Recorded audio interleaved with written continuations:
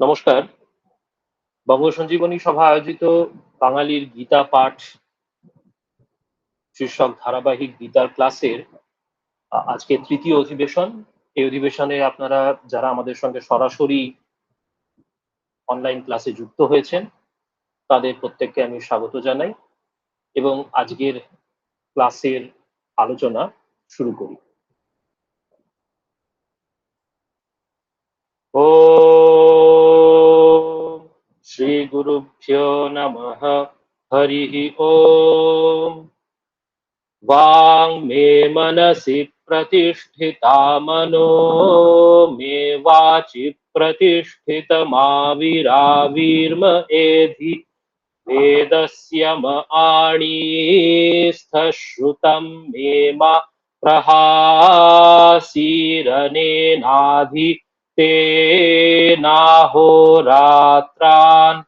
सन्दधामृतं वदिष्यामि सत्यं वदिष्यामि तन्मामवतु तद्भक्तारमवत्ववतु माम् अवतु भक्तारमवतु भक्तारम्।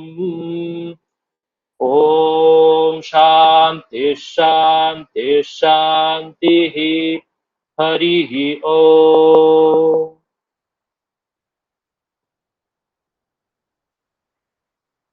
এই যে প্রার্থনাই বলবো, যে প্রার্থনার দ্বারা আমরা আমাদের প্রত্যেকটি ক্লাস সূচনা করে থাকি, তার অর্থ যদি আপনাদের জানতে ঔৎসুক্য হয়, সেজন্যে সংক্ষেপে বলি। এটি আসলে একটি ঔপনিষদিক শান্তি মন্ত্র। প্রত্যেক উপনিষদের শুরুতেই একটি করে শান্তি মন্ত্র থাকে, তা পাঠ করে উপনিষদ বলা বা শোনা শুরু হয়ে থাকে, অধ্যয়ন শুরু হয়ে থাকে। তো সেই রকমই একটি শান্তি মন্ত্র আমি চয়ন করেছি আমাদের এই বাঙালির গীতা পাঠ নামের ধারাবাহিক গীতার ক্লাসের সূচনা করবার জন্য। কারণ এর অর্থটি খুবই গুরুত্বপূর্ণ এবং আমাদের অধ্যয়নের ক্ষেত্রে অত্যন্ত আহ, সুপ্রযুক্ত বটে, খুব প্রাসঙ্গিক। তো এখানে বলা হচ্ছে ওম, অর্থাৎ কিনা ব্রহ্মের নাম, ব্রহ্মের নাম সূচক যে শব্দ বা অক্ষর প্রণব, তা উচ্চারণ করবার পর বলা হচ্ছে বাং মে মনসি প্রতিষ্ঠিতা, অর্থাৎ আমার বাক মনে প্রতিষ্ঠিত এবং মন বাকে প্রতিষ্ঠিত। অর্থাৎ কিনা আমি যা শুনতে চলেছি তাতে আমি আমার মনকে নিবিষ্ট করব এবং আমার মন যেসব কথা শুনতে চলেছে, অধ্যয়ন করতে চলেছে, শ্রবণ করতে চলেছে, কারণ আহ, উপনিষদের যুগে বা বৈদিক যুগে তো অধ্যয়ন গুরু আর শিষ্যের কথাবার্তার মাধ্যমেই, কথোপকথনের মাধ্যমেই হতো, শ্রবণের মাধ্যমেই হতো। তো তাই বলা হচ্ছে যে যা আমি শুনছি তার মধ্যে আমার মন নিবিষ্ট হচ্ছে এবং যা আহ, আমার আমার এই মনের মধ্যে আমি তাকে নিবদ্ধ করছি, অর্থাৎ যা অধ্যয়ন করছি তাকে আমি ধারণ করছি। এরপরে তিনি বলছেন যে যে অধীত বস্তু, অর্থাৎ যা কিনা অধ্যয়ন করা হয়েছে, তা আমি দিন রাত এক করে, এই এক্সপ্রেশনটি অত্যন্ত সুন্দর, দিন রাতকে এক করে আমি তার সেবা করব, অর্থাৎ কিনা তার নিদিধ্যাসন করব, তার মনন করব এবং তার নিদিধ্যাসন করব, তাতে আমার মনকে নিবিষ্ট করব এবং তার তাৎপর্য বোঝবার চেষ্টা করব। এবং এই প্রার্থনাটি শেষ হচ্ছে যিনি শুনছেন তার এবং যিনি বক্তা তার, এই দুজনেরই, অর্থাৎ গুরু আর শিষ্য, এই দুজনেরই যেন কোনো রকম বিপদ আপদ না হয়। তারা যে অধ্যয়ন অধ্যাপনার কাজ করতে প্রবৃত্ত হয়েছেন, তা যেন তারা সুষ্ঠুভাবে নির্বিঘ্নে সম্পন্ন করতে পারেন, সেই রকম একটা প্রার্থনা দিয়ে এই শান্তি মন্ত্রটি শেষ হয়ে থাকে। তো সেই ধরনেরই প্রার্থনা আমাদের এই অধ্যয়নের জন্য অত্যন্ত প্রাসঙ্গিক। তাই এটি দিয়ে আমরা আমাদের ক্লাস প্রতিদিন শুরু করে থাকি। যাই হোক, এবার আমাদের মূল আলোচনায় আসি। আমরা শ্রীগীতার ১ম অধ্যায় কিছুটা আলোচনা করেছিলাম। তারপর সেটা হয়েছিল ১ম অধিবেশনে। তারপর ২য় অধিবেশনে অর্থাৎ গত সপ্তাহে আমরা গীতার ধ্যান, গীতার বন্দনা এবং গীতা মাহাত্ম্যের কিছুটা বর্ণনা করেছিলাম, ব্যাখ্যা করেছিলাম। সেটি নিয়ে আলোচনাতেই আ প্রায় পুরো ক্লাসটা অতিবাহিত হয়েছিল। আ কিন্তু আমার মনে হয় যে তাতে গীতার যে প্রাসঙ্গিকতা, তার যে বিভিন্ন চরিত্র এবং সেই চরিত্রগুলির আ উপযোগিতা, প্রয়োজনীয়তা এবং সমগ্র হিন্দু শাস্ত্রের মধ্যে শ্রী, শ্রী গীতার স্থান ঠিক কোথায় তার একটা সম্যক ধারণা, তার একটা মোটামুটি ধারণা তৈরি হয়। আজকে সেই গীতা মাহাত্ম্যের স্রেফ একটি মাত্র শ্লোক সেটির ব্যাখ্যা করে তারপরে আমি আবার ১ম অধ্যায়ের আলোচনায় ফিরে যাব। খেয়াল রাখবেন যে এই গীতা মাহাত্ম্য সচরাচর শ্রী আদি শঙ্করাচার্যের আ নামেই চালানো হয়ে থাকে। অর্থাৎ কিনা শ্রী আদি শঙ্করাচার্য এর লেখক এমনটাই পরম্পরাক্রমে মান্যতা দেওয়া হয়, এমনটাই মনে করা হয়। তো সেই গীতা মাহাত্ম্যের একটি বিখ্যাত শ্লোক হচ্ছে এইরকম: গীতা সুগীতা কর্তব্যা কিমন্যৈ শাস্ত্র বিস্তরৈঃ ইয়া স্বয়ং পদ্মনাভস্য মুখপদ্মাৎ বিনিসৃতা। আরেকবার বলছি, গীতা সুগীতা কর্তব্যা কিমন্যৈ শাস্ত্র বিস্তরৈঃ। এর অর্থ, শ্রী শ্রী গীতা গ্রন্থ সেটিকে ভালো করে পাঠ বা অধ্যয়ন করা দরকার। গীতা সুগীতা অর্থাৎ ভালো করে তা গীত হওয়া দরকার। গীত হওয়ার অর্থ এখানে পঠিত হওয়া বা অধ্যয়ন করা। তো সেই জন্য বলছেন গীতা সুগীতা। তারপরে বলছেন কিমন্যৈ শাস্ত্র বিস্তরণ। অন্য শাস্ত্রের আর প্রয়োজন কি? অন্য সমস্ত শাস্ত্রের বিস্তার করে বা তার চর্চা করে কি প্রয়োজন? যখন ইয়া স্বয়ং পদ্মনাভস্য মুখপদ্মাৎ বিনিসৃতা। অর্থাৎ কিনা এই গীতাশাস্ত্র যখন স্বয়ং পদ্মনাভের অর্থাৎ যার নাভি থেকে পদ্মের উৎপত্তি অর্থাৎ কিনা শ্রী বিষ্ণু, ভগবান শ্রীকৃষ্ণ আমরা জানি বিষ্ণুর অষ্টম অবতার। তো সেই স্বয়ং পদ্মনাভ নারায়ণের মুখপদ্ম হতে যা বিনিসৃত হয়েছে তা যদি আমরা ভালো করে অধীত করি, আয়ত্ত করি, তা যদি আমরা ভালো করে পড়ে হৃদয়ঙ্গম করতে পারি, তাহলে অন্য শাস্ত্র বিস্তার করে বা অন্য শাস্ত্রের দিকে নজর দেবার বা তার চর্চা করবার আর কি প্রয়োজন? এই বিশেষ শ্লোকটি কেন এত গুরুত্বপূর্ণ বলছি তার কারণ আমাদের হিন্দুদের মধ্যে এবং বিশেষ করে বাঙালিদের মধ্যে এরকম একখানা ধারণা আছে যে হিন্দু শাস্ত্র এত বিশাল, তার ব্যাপকতা এত বেশি, তার গভীরতা এতখানি,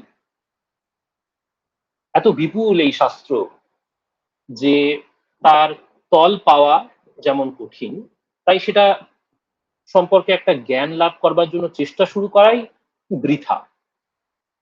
এত বড়, এত সুবিশাল এই লাইব্রেরি অর্থাৎ হিন্দু শাস্ত্রের সমগ্র আ সংকলন বলুন বা তার সংগ্রহ বলুন, তা এতই বৃহৎ, বিশাল তার পরিধি যে তার তো আর তল পাওয়া যাবে না।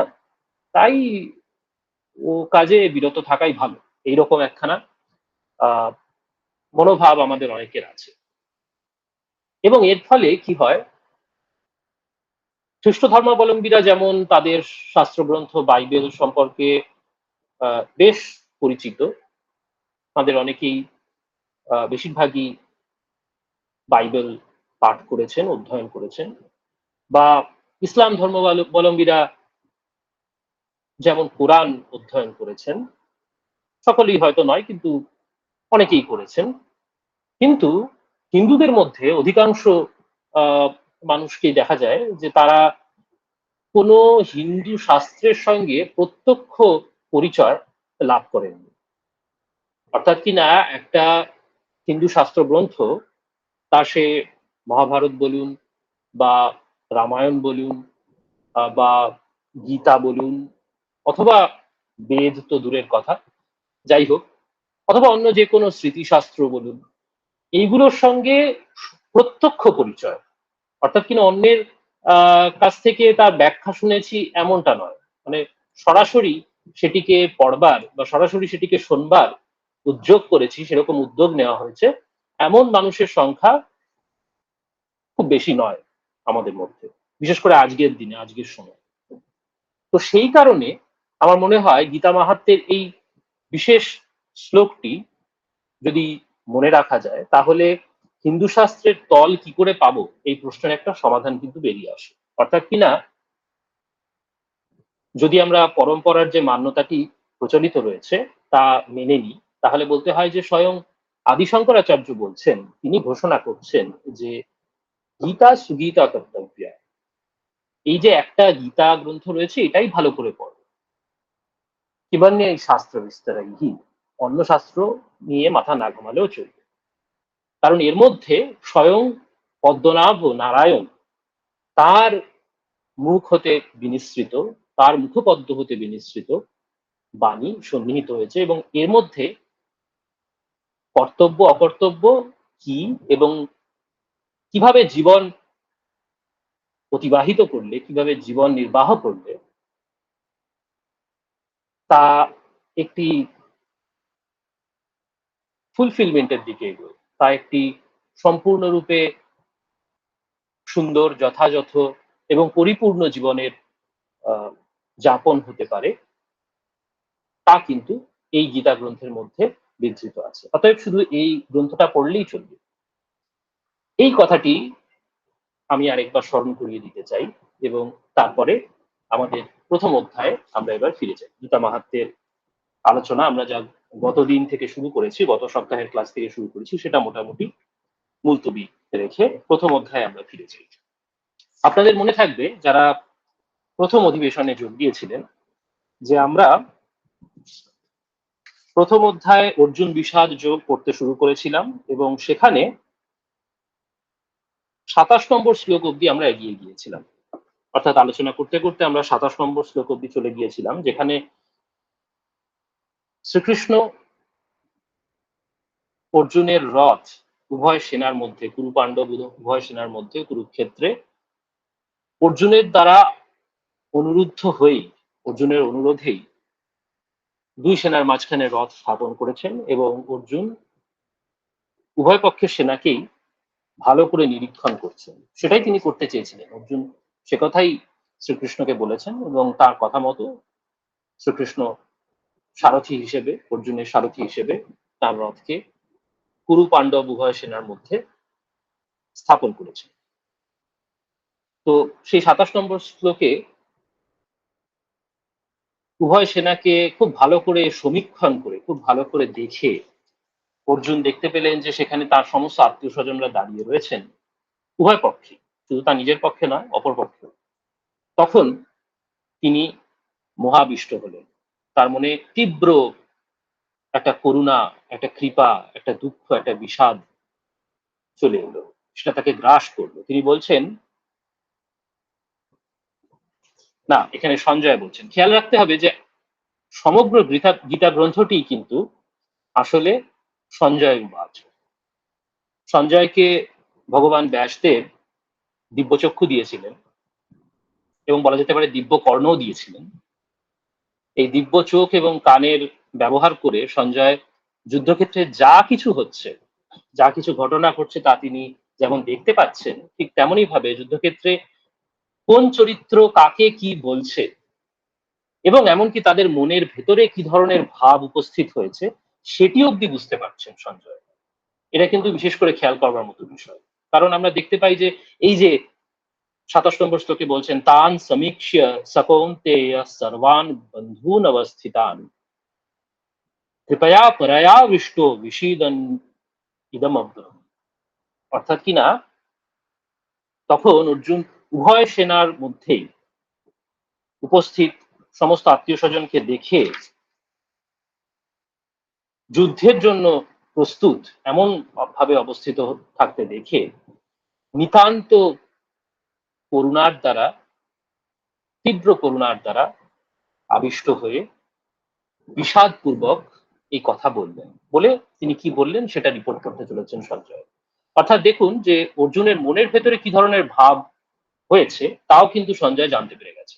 এটা কি করে হলো? এটা ওই ভগবান ব্যাসদেব তাকে যে দিব্যচক্ষু দিয়েছিলেন, এই যে বরদান দিয়েছিলেন, তারই ফলে, তারই বলে সঞ্জয় এত কিছু জানতে পারছেন, দেখতে পাচ্ছেন, শুনতে পাচ্ছেন এবং অন্যের মনের ভাবটিও পড়ে ফেলতে পারছেন যুদ্ধক্ষেত্রে যারা উপস্থিত আছেন তাদের।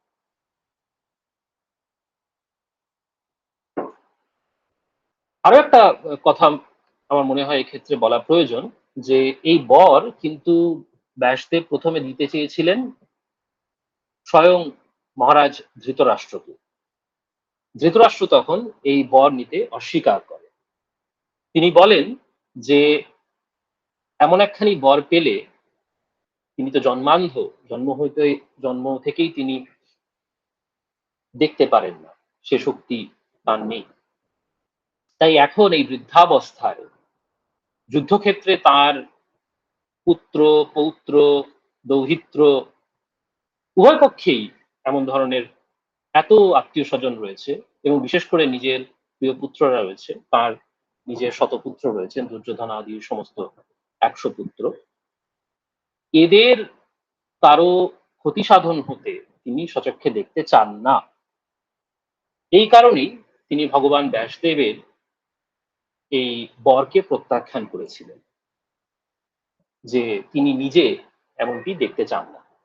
তখন তার অমাত্য অর্থাৎ মন্ত্রী সঞ্জয়কে ব্যাসদেব এই বর দেন, যাতে কিনা সঞ্জয় সচক্ষে সব দেখে, সকর্ণে সব শুনে এবং অন্যের মনোভাবটিও জেনে নিয়ে সমস্ত কিছুই সরি ধৃতরাষ্ট্রের কাছে রিপোর্ট করতে পারে এবং সেইটি সঞ্জয় করছেন। তারই ফলে আমরা সমগ্র গীতা গ্রন্থটি পেয়ে যাচ্ছি। অর্থাৎ কিনা যা কিছু কথাবার্তা আমরা শুনতে পাচ্ছি, আমরা প্রথমে দুর্যোধনের কথা শুনেছি, তারপরে আমরা শুনতে পাচ্ছি অর্জুনের কথা, তারপরে শ্রীকৃষ্ণের কথা শুনতে পাচ্ছি। এই যে বিভিন্ন চরিত্রের কথা আমরা শুনতে পাচ্ছি গীতাতে, এগুলো কিন্তু সবই আসলে সঞ্জয়ের মুখ থেকে আমরা শুনছি। এইটি আমাদের খেয়াল রাখতে হবে। তো যাই হোক, অর্জুন এই তীব্র কৃপায় আবিষ্ট হয়ে, তীব্র কারুণ্যের দ্বারা আবিষ্ট হয়ে কি বললেন তা দেখা যাক। অর্জুন উবাচ, ২৮ নম্বর শ্লোকে, প্রথম অধ্যায়, দৃष्ट्वेमान् स्वजनान् कृष्ण युयुत्सून् समवस्थितान् सीदन्ति मम गात्राणि मुखं च परिशुष्य। তার শরীরে অস্বস্তি শুরু হয়ে গেছে, সে কথা তিনি জানাচ্ছেন। তিনি বলছেন যে হে কৃষ্ণ, যুদ্ধ করতে ইচ্ছুক এই সমস্ত আত্মীয় স্বজনকে আমার সামনে, আমার সম্মুখে উভয় পক্ষে উপস্থিত থাকতে দেখে, অর্থাৎ কিনা তাদের পরিণতি কি হতে চলেছে তা বুঝতে পেরে আমার শরীর অবসন্ন হচ্ছে এবং আমার মুখ শুকিয়ে যাচ্ছে, মুখের ভেতরটা শুকিয়ে যাচ্ছে। সিদন্তি মম গাত্রাণি, আমার শরীর অবসন্ন হয়ে পড়ছে, দুর্বল লাগছে এবং আমার মুখ, আমার তালুটা শুকিয়ে যাচ্ছে। পরের শ্লোকে বলছেন, অর্জুনের কথাই কন্টিনিউড হচ্ছে, वे पथुश्च शरीरे मे रोमहर्षश्च जायते गांडीवं स्रंसते हस्तात् त्वक्चैव परिदह्यते। অর্থাৎ তার শারীরিক এবং মানসিক অবস্থার যে বিকার দেখা দিয়েছে তা তিনি ফলাও করে বর্ণনা করছেন। তিনি তিনি খুব বিপদে পড়ে গেছেন এবং এবং তিনি নিজেও এমন কি যে হতে পারে তা হয়তো কস্মিনকালেও কল্পনা করেন। সেই কারণেই তিনি নিজেও হয়তো একটু বিস্ময়াবিষ্ট যে তার এমন হতে পারে। অর্থাৎ আপনাদেরকে আগেই একদিন বলেছিলাম, অন্য একটি ক্লাসে বলেছিলাম যে ইনি হচ্ছেন সেই মহাবীর অর্জুন, যিনি একা হাতে বিরাটের যুদ্ধে প্রায় সমস্ত কৌরব পক্ষকে, কৌরব পক্ষের যত বড় বড় রথী মহারথী আছেন তারা সকলে বিরাটের গোধন অপহরণ করতে এসেছিলেন এবং সেইখানে তাদের সঙ্গে তারা সবাই একদিকে এবং অর্জুন একা আরেক দিকে, এইরকম একটা যুদ্ধ হয় এবং সেই যুদ্ধে অর্জুন হেলায় সকলকে হারিয়ে দিয়েছিল। সে হেন অর্জুন এখন এই ধরনের একখানা বিপর্যয়ের সম্মুখীন হতে পারেন তা হয়তো তিনি নিজেও কল্পনা করেন। তাই এমন বিস্তৃতভাবে একটা বর্ণনা দিচ্ছেন। এই যে বললেন বে পথুশ্চ শরীরে মে রোম হর্ষশ্চ জায়তে, অর্থাৎ কিনা আমার শরীর কাঁপছে, গাটা কাঁপছে এবং রোমাঞ্চ হচ্ছে, গুজবাম্পস, ভয় হলে যা হয়ে থাকে। গান্ডীবং স্রংসতে হস্তাৎ, হাত থেকে আমার গান্ডীব ধনু, অর্জুনের ধনুকের নাম গান্ডীব আমরা জানি, সেই গান্ডীব ধনু পড়ে যাচ্ছে, তার হাতে এটা থাকছে না। তো এই মতো যখন অবস্থা, তখন আরো কি কি হচ্ছে দেখুন। न च शक्नोम्य अवस्थातु भ्रमतीव च मे मनः निमित्तानि च पश्यामि विपरीतानि केशव। न च शक्नोमि, আমি পারছি না। কি করতে পারছেন না? অবস্থাতু, আমি স্থির থাকতে পারছি না, দাঁড়িয়ে থাকতে পারছি না। এই যে নিজের জায়গায় রথের যেখানে অর্জুন দাঁড়িয়ে আছেন সেখানে তিনি স্থির থাকতে পারছেন না, পড়ে যাবেন এমন মনে হচ্ছে। ভ্রমতীব চ মে মনঃ, তার মনটা যেন একটা ঘূর্ণিপাকের মধ্যে পড়ে গেছে, অর্থাৎ কিনা তার সব চিন্তাগুলো তালগোল পাকিয়ে যাচ্ছে।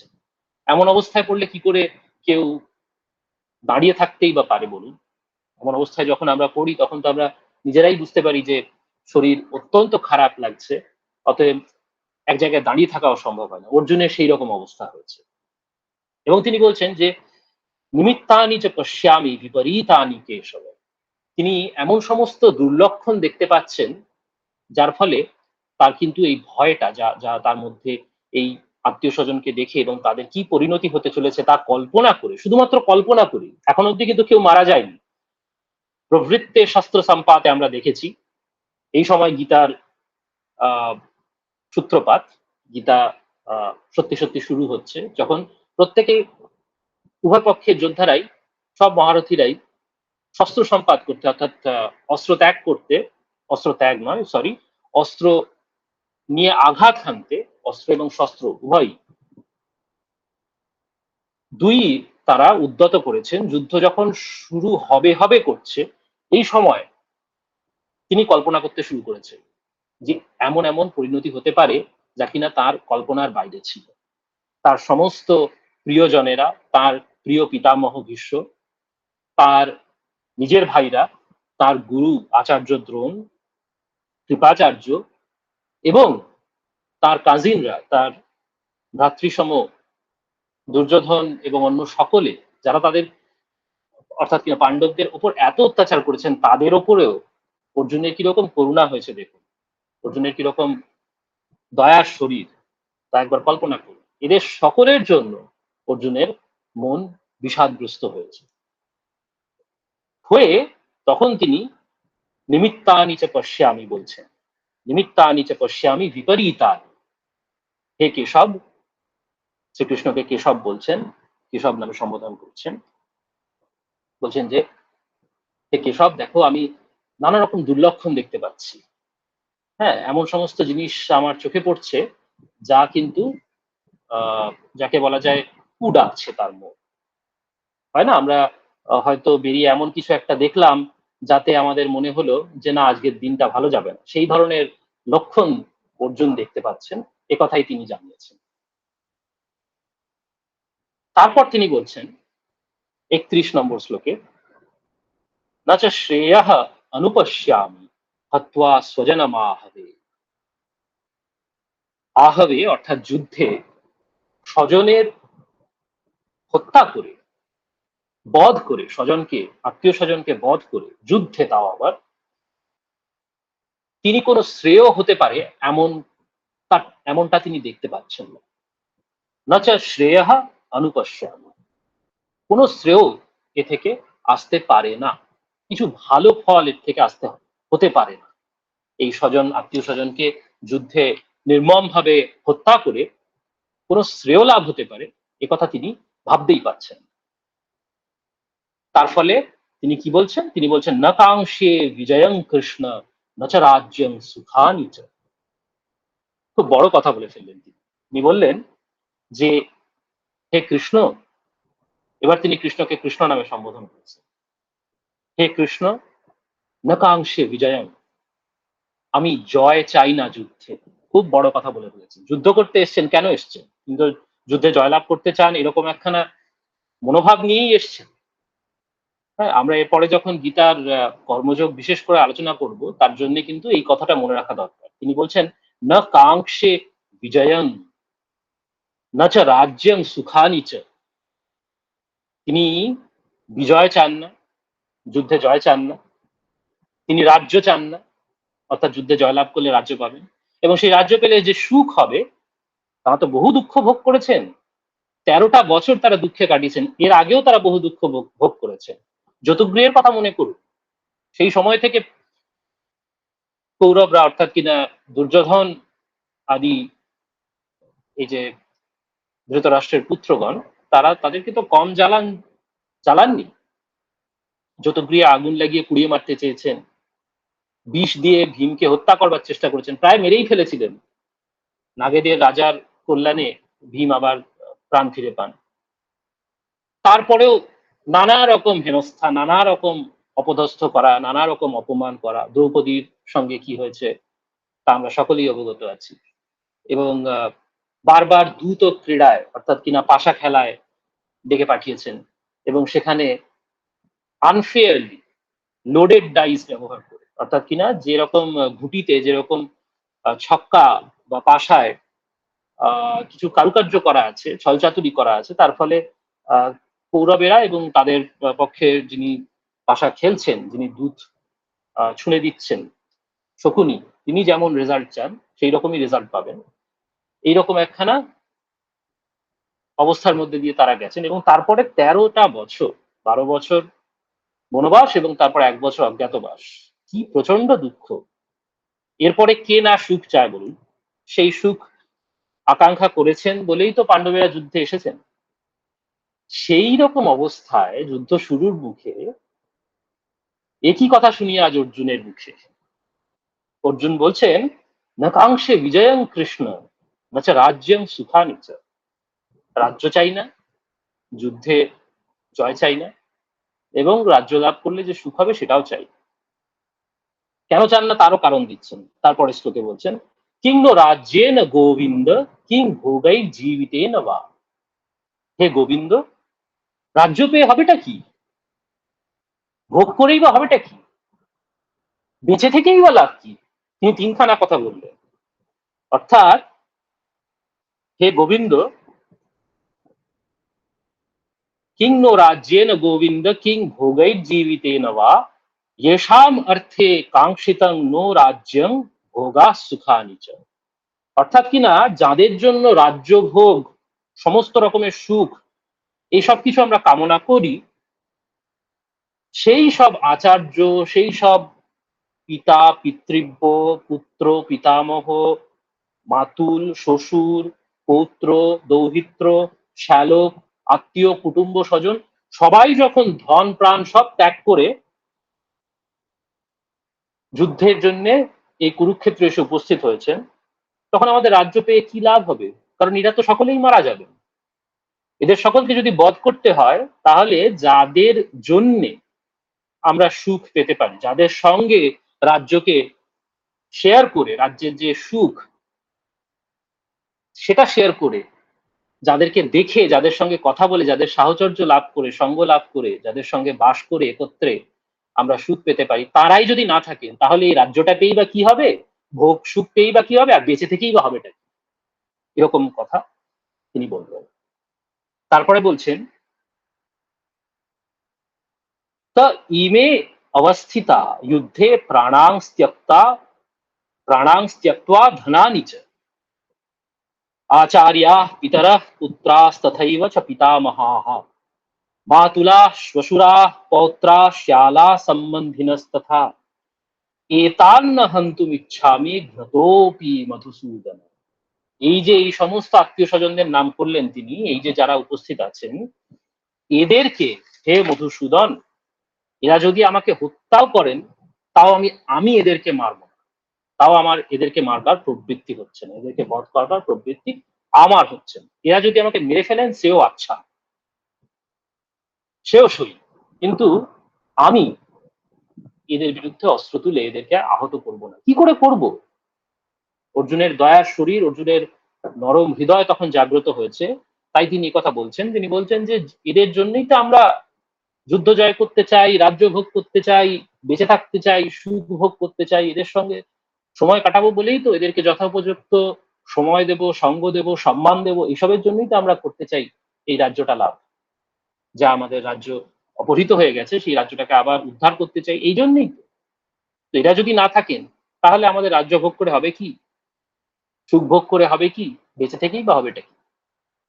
তারপরে সবচেয়ে বড় কথা বলে ফেললেন যে এই যে এরা এসে উপস্থিত হয়েছেন হাতে অস্ত্রশস্ত্র নিয়ে, নিজেদের ধন প্রাণ সমস্ত মায়া ত্যাগ করে যুদ্ধক্ষেত্রে প্রাণ দান করবার জন্য এরা প্রস্তুত হয়ে চলে এসছেন, অর্থাৎ এদের অনেকেই মারা যাবে। এখন এরা যদি আমাকে মারতে আসেন, তাও আমি এদেরকে মারবো না। এত বড় কথাটা বলে ফেললেন শ্রীকৃষ্ণ।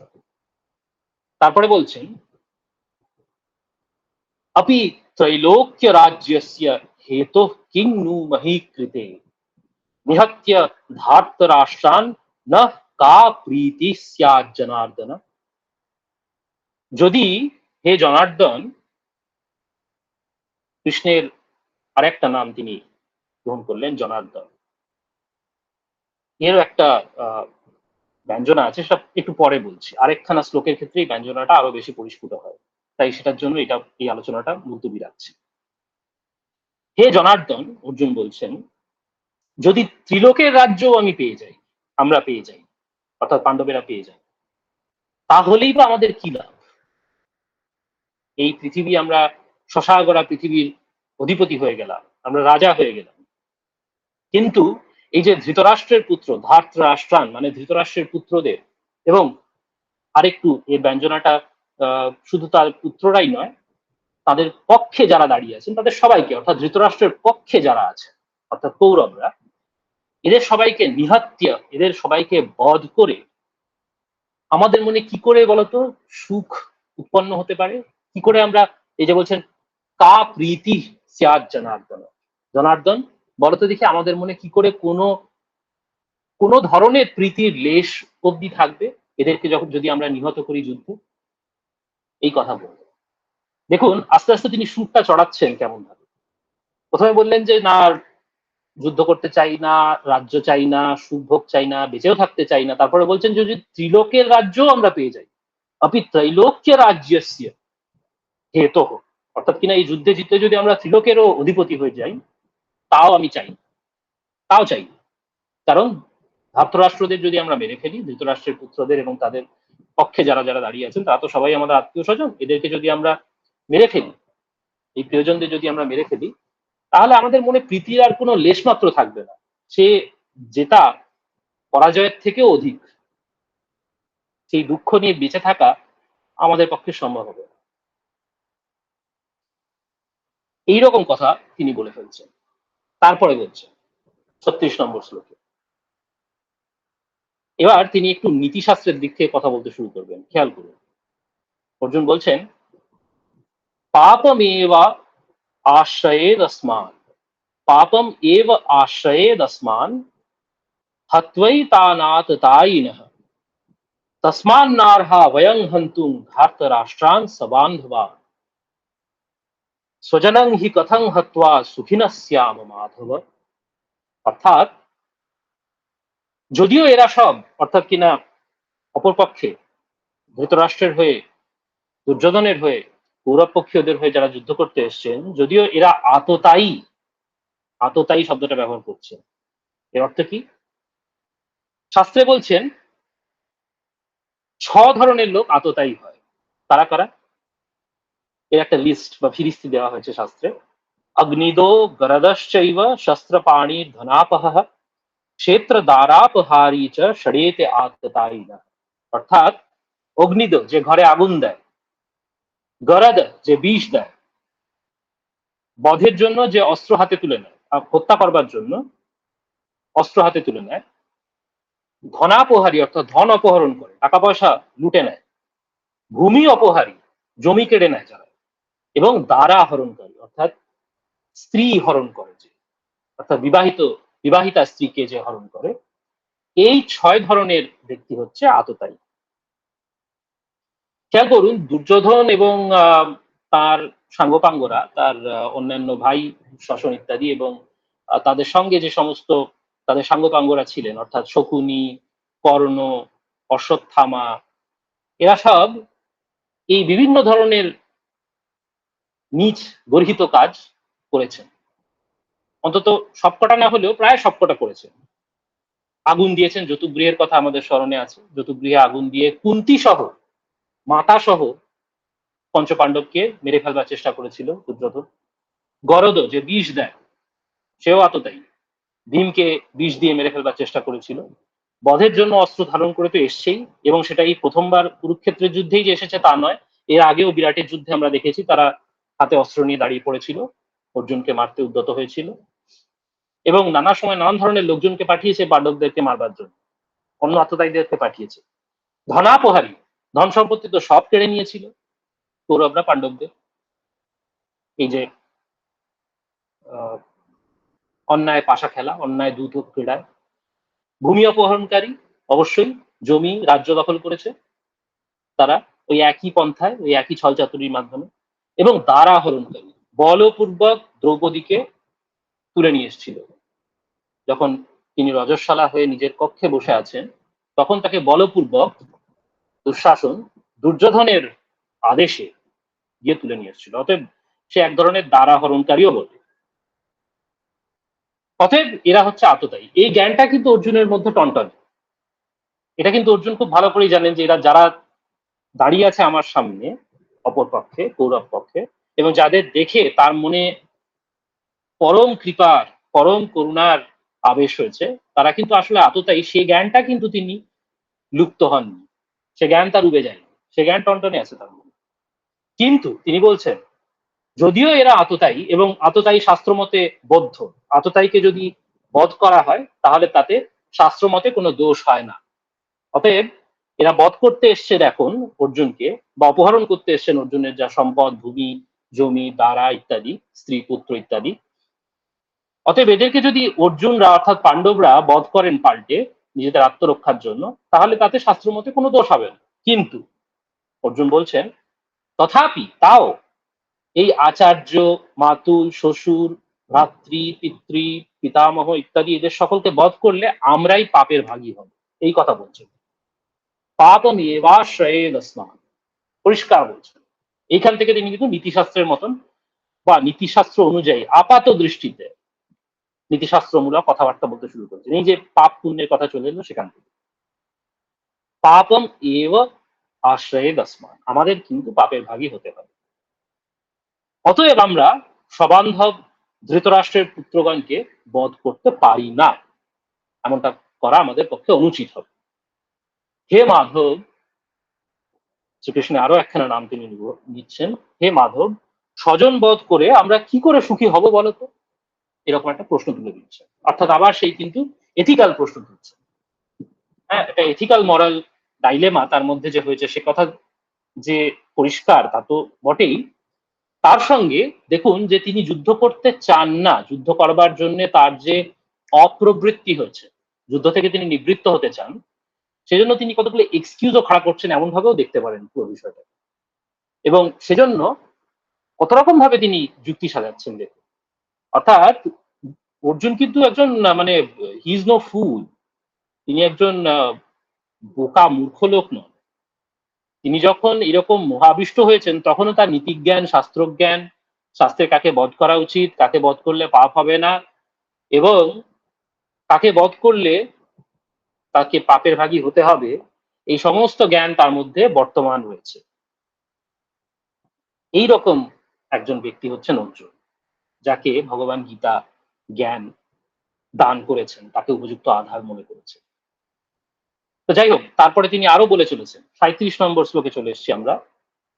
অর্জুন বলছেন, যদ্যপি এতে ন পশ্যন্তি লোভোপহত চেতসঃ। এই যে এরা সমস্ত এসেছে, এদের তো চেতনা লোভের কারণে দুষ্ট হয়ে গেছে, এদের চেতনাটা পুরোপুরি লোভের দ্বারা একদম ঝাঁঝরা হয়ে গেছে, এদের মধ্যে কোনো আর চৈতন্য নেই। এরা সবাই লোভোপহত চেতসা, এরা হত চেতসা, অর্থাৎ এদের চৈতন্য হত হয়েছে, গত হয়েছে। কেন? কিসের দ্বারা? কিসের কারণে? লোভের কারণে। এত লোভ এদের, পরের ধন গ্রহণ করবে, পরের জমি গ্রহণ করবে, ভূমি গ্রহণ করবে বলপূর্বক, ছলে বলে কৌশলে, পরের দ্বারা পরের স্ত্রীকে অবধি এরা অপহরণ করবে। এই ধরনের লোভ যাদের, এবং তারা মারতে অবধি প্রস্তুত, প্রাণে মেরে ফেলতে অবধি প্রস্তুত পাণ্ডবদেরকে, কতবার চেষ্টা করেছে, এখনো সেই চেষ্টাতেই এরা যুদ্ধ করতে এসছে। তিনি বলছেন যে দেখুন, যদিও এরা লোভের দ্বারা এই ধরনের হতচেতনা বা হতবুদ্ধি হয়ে যাওয়ার কারণে এরা দেখতে পাচ্ছে না কোনটা ঠিক কোনটা ভুল, যদ্যপি এতে না পশ্যন্তি, এরা দেখতে পাচ্ছে না, কিন্তু আমরা দেখতে পাচ্ছি। এবার তিনি একটা মরাল হাই গ্রাউন্ড নিচ্ছেন। তিনি, অর্থাৎ অর্জুন এবং তার ভাইরা অর্থাৎ পাণ্ডবেরা, পাণ্ডব পক্ষীয়রা, তারা কি করে এই ধরনের একটা মহা অন্যায় চোখের সামনে ঘটতে দেখেও চুপ করে থাকতে পারেন এবং চুপচাপ সেই ধরনের অন্যায়টা করে যেতে পারে? তা তো হতে দিতে পারে না। ওরা লুব্ধ, ওরা লোভের দ্বারা হতচেতসা, ওদের চৈতন্য লুপ্ত হয়েছে লোভের কারণে, প্রচন্ড লোভের কারণে। কিন্তু আমাদের তো তা হয়নি, আমাদের তো বুদ্ধিশুদ্ধি আছে, আমরা তো হতচেতসা নই। অতএব আমরা কি করে এমন একটা অন্যায় কাজ হতে দিতে পারি বলতো দেখি? এই প্রশ্ন তিনি করছেন অর্জুন। কিরকম অন্যায়? কুলক্ষয় কৃতং দোষং মিত্রদ্রোহে চ পাতকম। অর্থাৎ কুলক্ষয় জনিত দোষ, কুল নষ্ট হবে, গোটা বংশটাই তো ছারখার হয়ে যাবে, ধ্বংস করছেন বংশকে এই ধরনের যুদ্ধে প্রবৃত্ত হয়ে। অতএব কুলক্ষয় জনিত দোষ হবে এবং মিত্রদ্রোহ হবে। মিত্রদ্রোহে চ পাতকম, কত ধরনের পাপ হবে? কুলক্ষয় হবে, যিনি মিত্র অর্থাৎ যে কিনা আপনার অ্যালাই, যে কিনা আপনার শুভচিন্তক, যিনি আপনার ভালো চান, এই ধরনের লোকজনকে আপনারা অনিষ্ট করবেন, এদের অনিষ্ট করবেন, এটা একটা ঘোর পাপ। মিত্রদ্রোহে চ পাতকম তথং ন জ্ঞেয়ম अस्माभिः পাপাৎ अस्मान्निवर्तितुম কুলক্ষয় কৃতং দোষং প্রপশ্যৎ ধীর জনার্দন। কি বলছেন? যদিও এরা লোভে হতজ্ঞান হয়ে কুলক্ষয় জনিত দোষ, মিত্রদ্রোহ জনিত দোষ, এই সমস্ত মহাপাতক মহাপাপ দেখতে পাচ্ছেন না, কিন্তু হে জনার্দন, আমরা কুলক্ষয় জনিত দোষ বা এই মিত্রদ্রোহ জনিত দোষ এসব দেখেও জেনে শুনেও সে পাপ হতে নিবৃত্ত হব না কেন বলতো? এই প্রশ্ন করছে। আপাতভাবে একদম ঠিক কথা। তারপরে বলছেন, কুলক্ষয়ে প্রণশ্যন্তি কুলধর্মা সনাতনা। এইবার কিন্তু বড় বড় কথা বলতে শুরু করলেন অর্জুন। এতক্ষণ অব্দি নীতিশাস্ত্রের কথা বলছিলেন, এবার ধর্মশাস্ত্র আড়াতে শুরু করেছেন। দেখুন এবার যুক্তিটা তার আরো এক ধাপ উপরে চলে গেছে। তিনি বলছেন, কুলক্ষয়ে প্রণশ্যন্তি কুলধর্মা সনাতনা। কুলক্ষয়ে সনাতন কুলধর্ম বিনষ্ট হয়। ধর্মে নষ্টে কুলং কৃৎস্নম অধর্মোভিভবত্যুত।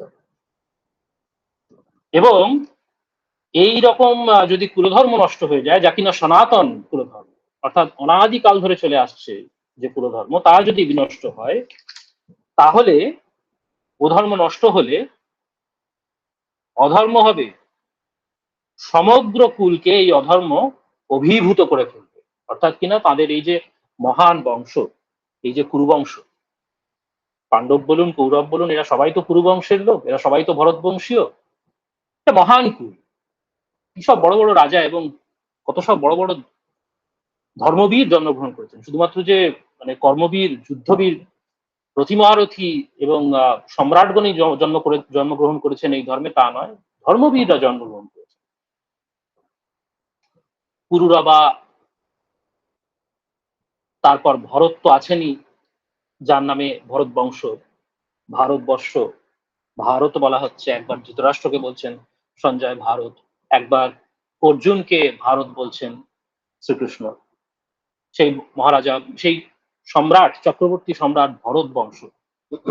শান্তনু আছেন এই বংশের বিখ্যাত রাজা, যিনি কিনা স্বয়ং পিতামহ ভীষ্মের পিতা, এবং স্বয়ং পিতামহ ভীষ্ম তিনিও তো আছেন। এই যে সমস্ত মহান ধর্মবীর, কর্মবীর সম্রাটগণ যে বংশে জন্মগ্রহণ করেছেন, তার এই যে সনাতন পরম্পরা, তা নষ্ট হয়ে যাবে, কিন্তু ভাবতেই পাচ্ছি না আমি কেশব। এরকম ভাবে অর্জুন নিজের দুশ্চিন্তা ব্যক্ত করছে। তারপরে বলছেন, এর ফলে আমাদের গোটা বংশটাই অধর্মের দ্বারা অভিভূত হয়ে যাবে, গোটা বংশটাই পতিত হবে। আরো এক ধাপ এগিয়ে যাচ্ছেন, বলছেন অধর্ম দ্বারা যদি অভিভূত হয় আমাদের বংশ, অধর্মাভিভবাত কৃষ্ণ, হে কৃষ্ণ, প্রদুষ্যন্তি কুলস্ত্রিয়ঃ, স্ত্রীষু দুষ্টাসু বার্ষ্ণেয় জায়তে বর্ণসংকরঃ।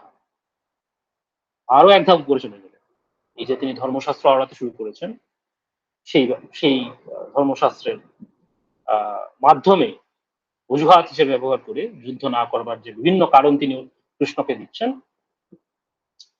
তার মধ্যে একটা নতুন ধাপ এলো। তিনি বলছেন, হে কৃষ্ণ, অধর্মের দ্বারা যদি আমাদের বংশটা অভিভূত হয়, ছেয়ে যায়, তাহলে কুলস্ত্রীরা, আমাদের যারা কুলস্ত্রী রয়েছেন, তারা সব দূষিত হবেন, তারা ব্যভিচারিণী হবে। এইরকম একটা সম্ভাবনা তাকে গ্রস্ত করেছে, তাকে গ্রাস করেছে। তিনি সেই দুশ্চিন্তাতে ভুগছেন। হে বার্ষ্ণেয়, বার্ষ্ণেয় হচ্ছে বৃষ্ণি বংশজাত, অর্থাৎ কৃষ্ণেরই আরেকটি নাম।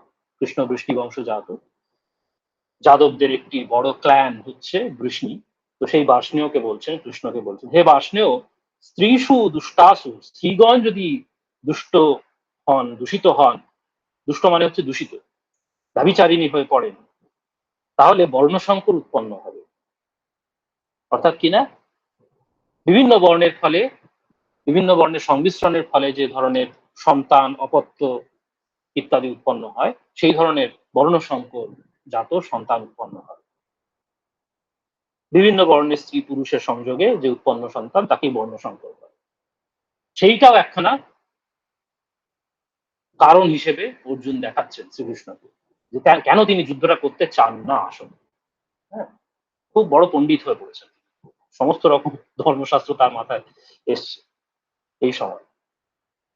হ্যাঁ, তারপরে বলছেন 41 নম্বর শ্লোকে, শঙ্করো নরকায়ৈব কুলঘ্নানাং কুলস্য চ পতন্তি পিতরো হ্যেষাং লুপ্তপিণ্ডোদক ক্রিয়াঃ। বর্ণসংকর হলে যারা কুল নাশ করে, অর্থাৎ বংশকে যারা শেষ করে ফেলে, এই রকম লোকজনের, এই ধরনের দুষ্ট লোকের উৎপত্তি হয়, এবং তার ফলে গোটা কুল, গোটা বংশের সকলে নরকে পতিত হয়। শ্রাদ্ধ তর্পণাদি সমস্ত ক্রিয়া বন্ধ হয়ে যায়, কেউ শ্রাদ্ধ তর্পণ করে না ওই বংশে, কারণ সব অধর্ম কারী লোকজন উৎপন্ন হয়েছে, সেজন্য কেউ সেখানে শ্রাদ্ধ তর্পণ ইত্যাদি করে না। আর কদিন বাদেই আমরা মহালয়ার কথা আলোচনা করব হয়তো। মহালয়া আসতে চলেছে, সেখানে পিতৃপক্ষের অবসানে শ্রাদ্ধ তর্পণ করা হয়, পিণ্ডোদক দেওয়া হয় গঙ্গায়। তো সেই শ্রাদ্ধ তর্পণ আদি ক্রিয়া বন্ধ হয়ে যাবে সব, যদি এই বর্ণসংকর উৎপন্ন হয়। হ্যাঁ, একের পর এক তিনি স্টেপ বাই স্টেপ বলছেন যে আমরা যদি এই কুলক্ষয়কারী যুদ্ধে প্রবৃত্ত হই, যদি আমরা একে অপরকে মারতে শুরু করি এই যুদ্ধে, এই একই বংশের ছেলেরা একে অপরকে মারতে শুরু করি, তাহলে আমাদের কুলটা নষ্ট হবে, এবং তার ফলে অধর্ম ছেয়ে ফেলবে আমাদের গোটা বংশকে, এবং তার ফলে as a result of that, এরকম ভাবে তিনি এগোচ্ছেন এক এক ধাপ করে, স্ত্রীগণ দূষিত হবেন, তারা সব ব্যভিচারিণী হবেন, এবং তার ফলে বর্ণসংকরের উৎপত্তি হবে, এবং তার ফলে শ্রাদ্ধ তর্পণ ইত্যাদি সমস্ত ক্রিয়া, যা কিনা ধর্মসঙ্গত ক্রিয়া, সেসব লোপ পাবে, এবং তার ফলে গোটা বংশটাই নরকে পতিত হবে, তাদেরকে উদ্ধার করার আর কেউ থাকবে না। এখানেই থামছেন না তিনি। 42 নম্বরে তিনি বলছেন, দোষৈরেতৈ কুলঘ্নানাং বর্ণসংকর কারকৈঃ উৎসাদ্যন্তে জাতি ধর্মাঃ কুলধর্মাশ্চ শাশ্বতাঃ। অর্থাৎ কুলনাশীকারী, সরি, কুল নাশ করে এমন সমস্ত বর্ণসংকর জাত সন্তান, এদের দ্বারা যে সমস্ত দূষিত কাজকর্ম সাধিত হবে বংশে, এরা যে সমস্ত দূষিত কাজকর্ম করবে তার ফলে সনাতন জাতি ধর্ম, কুলধর্ম এবং বর্ণাশ্রম ধর্ম লোপ পেয়ে যাবে, সব উচ্ছন্নে যাবে। তিনি বলছেন যে এই যে একটা চেন অফ ইভেন্টস শুরু হয়ে যাবে, এর ফলে যে চেন অফ ইভেন্টস তিনি ব্যাখ্যা করেছেন এতক্ষণ ধরে, তারপরে বলছেন যে এর ফলে কিন্তু বর্ণসংকর কারক এই দোষের কারণে সনাতন জাতি ধর্ম যাবে, কুলধর্ম যাবে এবং বর্ণাশ্রম ধর্ম যা আছে সেগুলো সব উচ্ছন্নে যাবে। उत्सन्न कुलधर्माणां मनुष्याणां जनार्दन नरके नियतं वासो भवतीत्यनुशुश्रुम भवती ইতি অনুশুশ্রুম। এমনটা আমি শুনেছি। কি শুনেছেন তিনি? তিনি শুনেছেন যে হে জনার্দন, আমরা শুনেছি, তিনি বলছেন, আমরা শুনেছি যে যাদের কুলধর্ম উচ্ছন্নে গেছে সেই সব মানুষদের, সেই সব বংশের চিরদিন নরকে বাস করতে হয়, এমনটাই আমরা শুনেছি। এ কথা তিনি বলছেন। उत्सन्न कुलधर्माणां मनुष्याणां जनार्दन नरके नियतं वासो भवति इति अनुशुश्रुम। अहोवत महत्पापं कर्तुं व्यवसिता वयम। এবার তিনি একটা আর্তনাদ ছাড়ছেন। অহোবত, ওহো, কি ভয়ঙ্কর পাপ করতে চলেছিলাম আমরা। হ্যাঁ, ভয়ম, আমরা বলছেন, ফার্স্ট পার্সন প্লুরাল। অহোবত মহৎ পাপম, কি ভয়ঙ্কর মহৎ পাপ, great sin we were going to commit, আমরা একটা বিশাল বড় পাপ কাজ করতে প্রবৃত্ত হয়েছি। কর্তুম ব্যবসিতা বয়ম ইয়ৎ রাজ্য সুখ লোভেন, এবং রাজ্য সুখ লাভের জন্য, রাজ্য সুখের লোভের জন্য, লাভ নয়, রাজ্য সুখের লোভে আমরা এরকম একটা মহৎ, একটা গ্রেট সিন কমিট করতে চলেছিলাম, আমরা একটা ভয়ঙ্কর পাপ করতে চলেছিলাম। হন্তুম স্বজনম উদ্যতাহ, আমরা স্বজনকে হনন করতে, বধ করতে, হত্যা করতে উদ্যত হয়েছি, স্বজনকে, আত্মীয় স্বজনকে আমরা বধ করতে উদ্যত হয়েছি, তাও কিনা রাজ্য সুখের লোভে। ওহো, ওহো, কি ভয়ঙ্কর পাপই না আমরা করতে চলেছি। यदि माम प्रतीकारम शस्त्रं शस्त्रपाणयः ধার্তরাষ্ট্রারণে হন্যুস্তন্মে ক্ষেমতরং ভবে। তিনি বলছেন এবার ৪৫ নম্বর শ্লোকে, যদি প্রতিকারে বিরত থাকি, অর্থাৎ এরা আমাকে যদি মারতে আসে এবং তার পাল্টা আমি একটা প্রতিকার করতে না চেষ্টা করি, এইরকম শস্ত্রহীন অবস্থায় আমাকে যদি এই ধৃতরাষ্ট্রের পুত্ররা যুদ্ধে মেরেও ফেলে, অর্থাৎ আমি নিজেকে ডিফেন্ড করছি না, আমি নিজেকে রক্ষা করছি না, এই অবস্থায় যদি ধৃতরাষ্ট্রের পুত্ররা এসে আমাকে মেরেও ফেলে, তাও বরং ভালো, তাও অধিকতর কল্যাণ। তিনি বলছেন যে বরং সেটাও সেমতরং, সেমতরং কথাটার অর্থ হচ্ছে দ্যাট ইজ বেটার, এর চেয়ে বরং সেটাই শ্রেয়। অর্থাৎ কিনা আমি বা আমরা, আমরা পাণ্ডব পক্ষীরা যুদ্ধে আমাদের স্বজনকে হত্যা করব, বধ করব, তাও আবার রাজ্য সুখের লোভে, তার চেয়ে বরং এরাই আসুক, এরাই আমাদের মেরে ফেলুক, এরা আমাকে মেরে ফেলুক, আমি নিজে অস্ত্র তুলে নিজেকে ডিফেন্ড করব না। এত অব্দি বলে তিনি একটু পজ নিয়েছেন। এবার সঞ্জয় কি বলছেন দেখি। সঞ্জয় উবাচ एवमुक्त्वार्जुनः संख्ये रथोपस्थ उपाविशत् विसृज्य सशरं चापं শোক সংবিঘ্ন মানসঃ। এমন কথা উচ্চারণ করে এই যে সমস্ত একটা লম্বা লেকচার দিলেন অর্জুন, সেই লেকচার শেষ হলে এই যুদ্ধে তার যে রথ উভয় সেনার মাঝখানে কৃষ্ণ এনে রেখেছেন, সেই রথের পেছন দিকটায়, রথোপস্থ, পেছন, রথের পেছন দিকটাতেই যিনি রথী, অর্থাৎ যিনি যুদ্ধ করছেন, তিনি দণ্ডায়মান থাকেন, সেই রথোপস্থে, সেই রথের পেছন দিকটাতে তিনি বসে পড়লেন, ধপ করে বসে পড়লেন। উপাভিষেক, এই কথাটাও বেশ সুন্দর প্রয়োগ করেছেন, উপাভিষেক, এর মধ্যে একটা ধপ করে বসে পড়ার একখানা ব্যঞ্জনা, একটা আওয়াজ যেন আমরা পাই। বিসৃজ্য সসারং চাপং, কিভাবে বসে পড়েছেন? হাত থেকে তার স্বর চাপ, অর্থাৎ কিনা তীর ধনুক, এসব খসে ফেলে দিয়েছেন, তিনি খসিয়ে দিয়েছেন সমস্ত তীর ধনুক, সব অস্ত্র শস্ত্র ফেলে দিয়েছেন, ফেলে তিনি রথের পেছন দিকটা ধপ করে বসে পড়লেন। কি অবস্থায় বসে পড়লেন? সঞ্জয় কিন্তু মনটাও পড়ে ফেলছেন, তিনি শুধু দেখতে পাচ্ছেন বা শুনতে পাচ্ছেন কথাবার্তা, বা কি হচ্ছে দেখতে পাচ্ছেন এমনটা নয়, মনের ভেতর কি চলছে সেটাও তিনি জেনে ফেলছেন। তাই তিনি বলছেন শোক সংবিঘ্ন মানস, তিনি শোকের দ্বারা সংবিঘ্ন, শোকে আকুল তার মনটা, শোক সংবিঘ্ন মানস। এই অবস্থায় অর্জুন তার স্বর, চাপ, তীর, ধনুক ইত্যাদি সমস্ত অস্ত্রশস্ত্র ফেলে দিয়ে বিসৃজ্য রথোপস্থে, রথের পেছন দিকটা ধপ করে বসে পড়ল উপাবিশদ। এইখানে এইখানে কিন্তু আমাদের প্রথম অধ্যায় শেষ হলো এবং প্রায় 8:30 বেজে গিয়েছে। অতএব আমার মনে হয় যে আজকে আলোচনা, মানে আমার বক্তৃতা, সেই অংশটা আমি এখানে থামাচ্ছি। এবার প্রশ্নোত্তর পালা শুরু করা যেতে পারে। প্রথম অধ্যায় আমরা শেষ করেছি। আপনাদের প্রশ্ন, মন্তব্য যাই আপনারা বলতে চান তা আপনারা নিজেদের আনমিউট করে please feel free to ask or say ইট।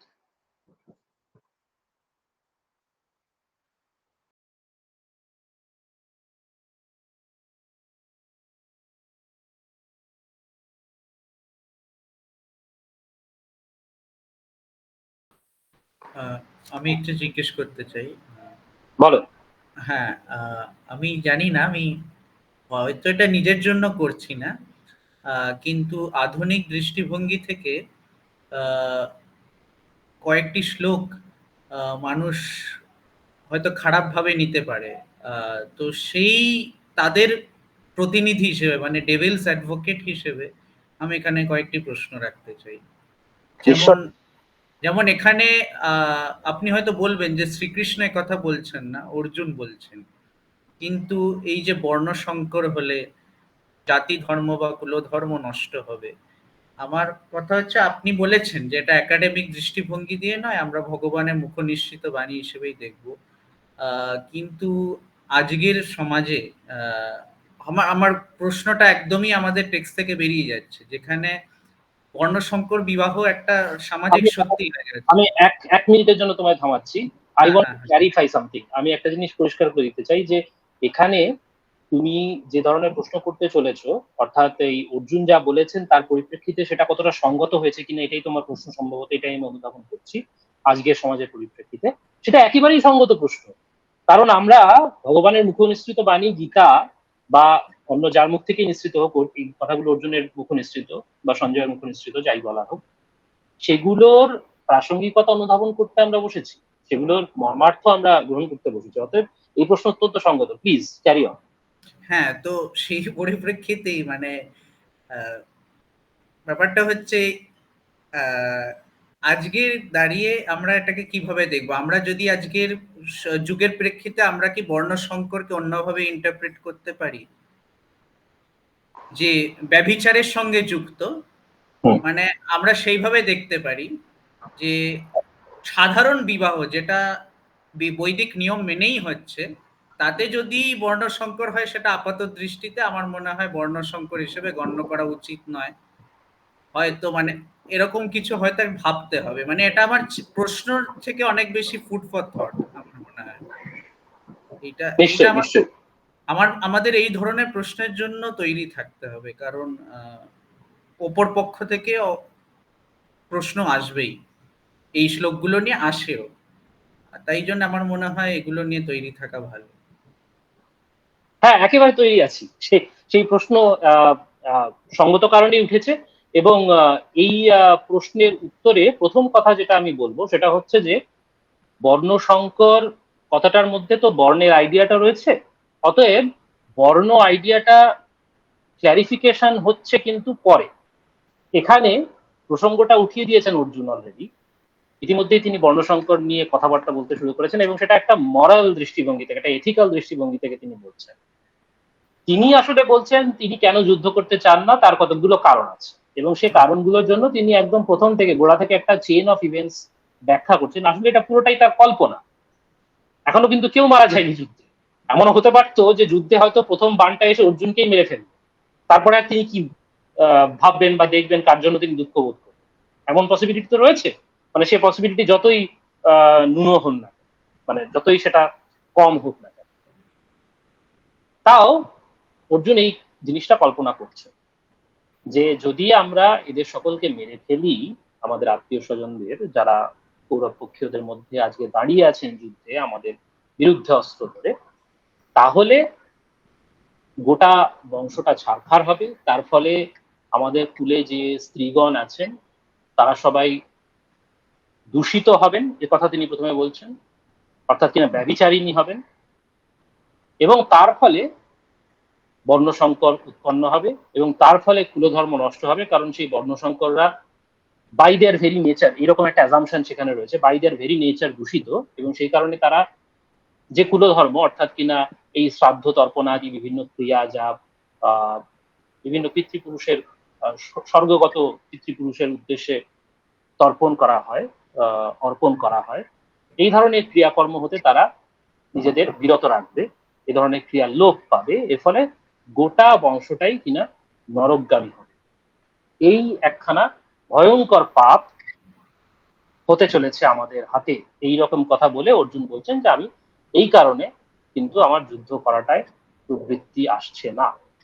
এবার এখানে প্রশ্নটা হচ্ছে যে তাহলে বর্ণসংকরের যে প্রশ্নটা তিনি তুলেছেন সেটা কতখানি সঙ্গত এদিকের দৃষ্টিতে। এখানে একটা কথা তো পরিষ্কার বোঝা যায় যে গীতা যে সময় উচ্চারিত হচ্ছে সে সময়কার মরালিটি আজকের মরালিটির থেকে অনেকখানি আলাদা।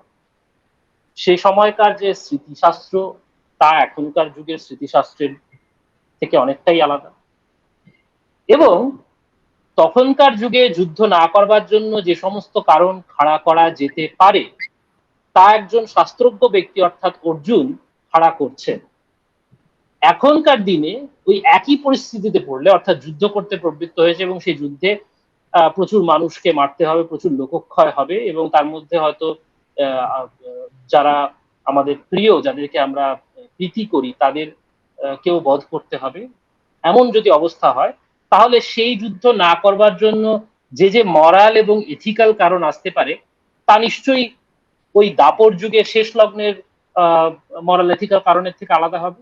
ফলে এইটা একটা উত্তর হতে পারে যে এই এই সংশয়টা উত্থাপিত হওয়ার কোনো কারণই, এটা একটা উত্তর হতে পারে। দ্বিতীয় উত্তরটা হচ্ছে যে বর্ণ সংকরের মধ্যে বর্ণের আইডিয়াটা তো ফান্ডামেন্টাল, সেটাই হচ্ছে কেন্দ্রীয় আইডিয়া। কারণ যদি বর্ণ বস্তুটাকেই না ঠিক করে বুঝে থাকি তাহলে বর্ণ সংকর বুঝবো কি করে? অর্থাৎ বর্ণের যদি একখানা ভুল ব্যাখ্যা আমার মধ্যে থাকে, আমার মনে থাকে, তাহলে বর্ণ সংকর সম্বন্ধে যে ধারণাটা আমার মনে থাকবে সেটাও নিশ্চয়ই ভুল হবে, কারণ সেন্ট্রাল আইডিয়াটাই সেখানে ভুল। সেই রকম একখানা ভুলের সম্ভাবনাও কিন্তু উড়িয়ে দেওয়া যাচ্ছে না, এবং সে সম্ভাবনা যে সে আশঙ্কা উড়িয়ে দেওয়া যাচ্ছে না, এবং সে আশঙ্কা যে সত্যি তা আমরা আসলে দেখব এর পরবর্তী অধ্যায়গুলোতে। শ্রীকৃষ্ণ বর্ণের কথা বেশ খানিকটা সময় নিয়ে ব্যাখ্যা করবে, যে বর্ণ কি এবং বর্ণ সংকর তাহলে কি, সে আলোচনা কিন্তু আবার উঠে আসবে। সে আলোচনায় আমরা যখন প্রবৃত্ত হব তখন তো করবই। এখানে আমরা বলে রাখতে চাই যে ছোট্ট করে শ্রীকৃষ্ণের কথাটাই বলি যে শুধুমাত্র পিতা এবং মাতা যাদের থেকে অপত্য বা সন্তানের উৎপত্তি হচ্ছে তাদের বর্ণ পরিচয় অর্থাৎ তাদের জাতিগত বা তাদের কুলগত পরিচয় দ্বারা কিন্তু বর্ণ সন্তানের বা অপত্যের বর্ণ নির্ধারিত হয় না, শুধুমাত্র তার দ্বারা হয় না। মানে জেনেটিক কারণটা একমাত্র গ্যারান্টার নয় বর্ণের ক্ষেত্রে, এটা হচ্ছে এক নম্বর, এটা খুব পরিষ্কার করে শ্রীকৃষ্ণ বলছেন। অতএব এই যে অর্জুনের আশঙ্কা, সেই আশঙ্কাটা মানে এটা কুযুক্তির মতো শোনাচ্ছে, মানে এই বর্ণ সংকরের মধ্যে বর্ণ আইডিয়াটাই তার পরিষ্কার নেই যখন, তিনি তাহলে তার থেকে ডিরাইভ করা একটা ডেরিভেটিভ আইডিয়াকে কি করে এক্সকিউজ হিসেবে খাড়া করতে পারেন, এটা একটা কুযুক্তি হয়ে যাচ্ছে। সেই রকম একখানা উত্তরও হবে, কিন্তু সেই আলোচনাটা আমরা পরে নেব যখন আমরা শ্রীকৃষ্ণের মুখ থেকে বর্ণ সম্পর্কে সম্যকভাবে জানতে পারবো। তখন আমরা দেখবো যে বর্ণ কি, বর্ণ কিসের কিসের কি কি উপাদানের মাধ্যমে তৈরি হয়ে থাকে বা নির্মিত হয়ে থাকে বা নির্ধারিত হয়ে থাকে, সেই আলোচনাটা আমরা যখন করব তখন আমার মনে হয় অর্জুনের এই যুক্তিটা যে আসলে কুযুক্তি সেটা আরো পরিষ্কার হয়ে যাবে। আসলে তো অর্জুনের এই অবস্থাটা যা হয়েছে তার পরিপ্রেক্ষিতে যদি আমরা ভালো করে দেখি তাহলে তিনি যা যা বলছেন সবটাই আসলে অজুহাত। এটা শুনতে খারাপ লাগলেও আসলে কুযুক্তি তিনি দিচ্ছেন।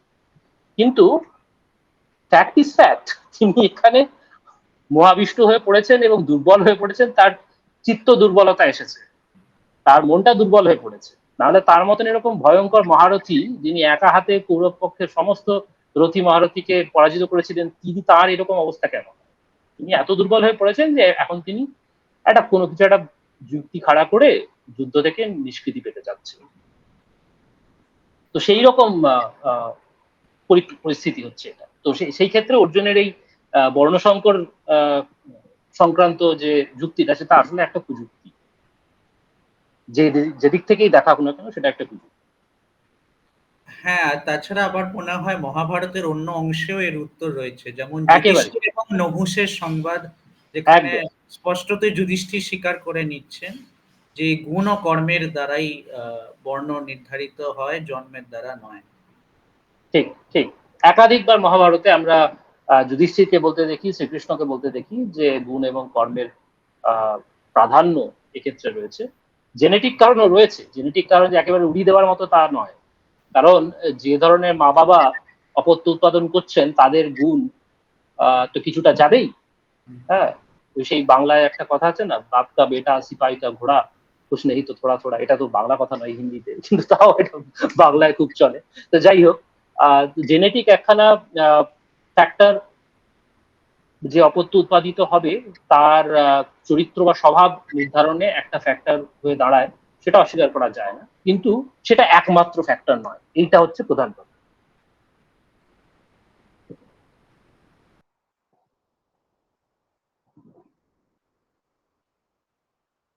পরবর্তী প্রশ্ন বা মন্তব্য। আজকে আমরা যে অংশটা আলোচনা করেছি সেটা কিন্তু খুব ড্রামাটিক একখানা অংশ, এর মধ্যে নাটকের উপাদান 16 আনা ভরপুর আছে।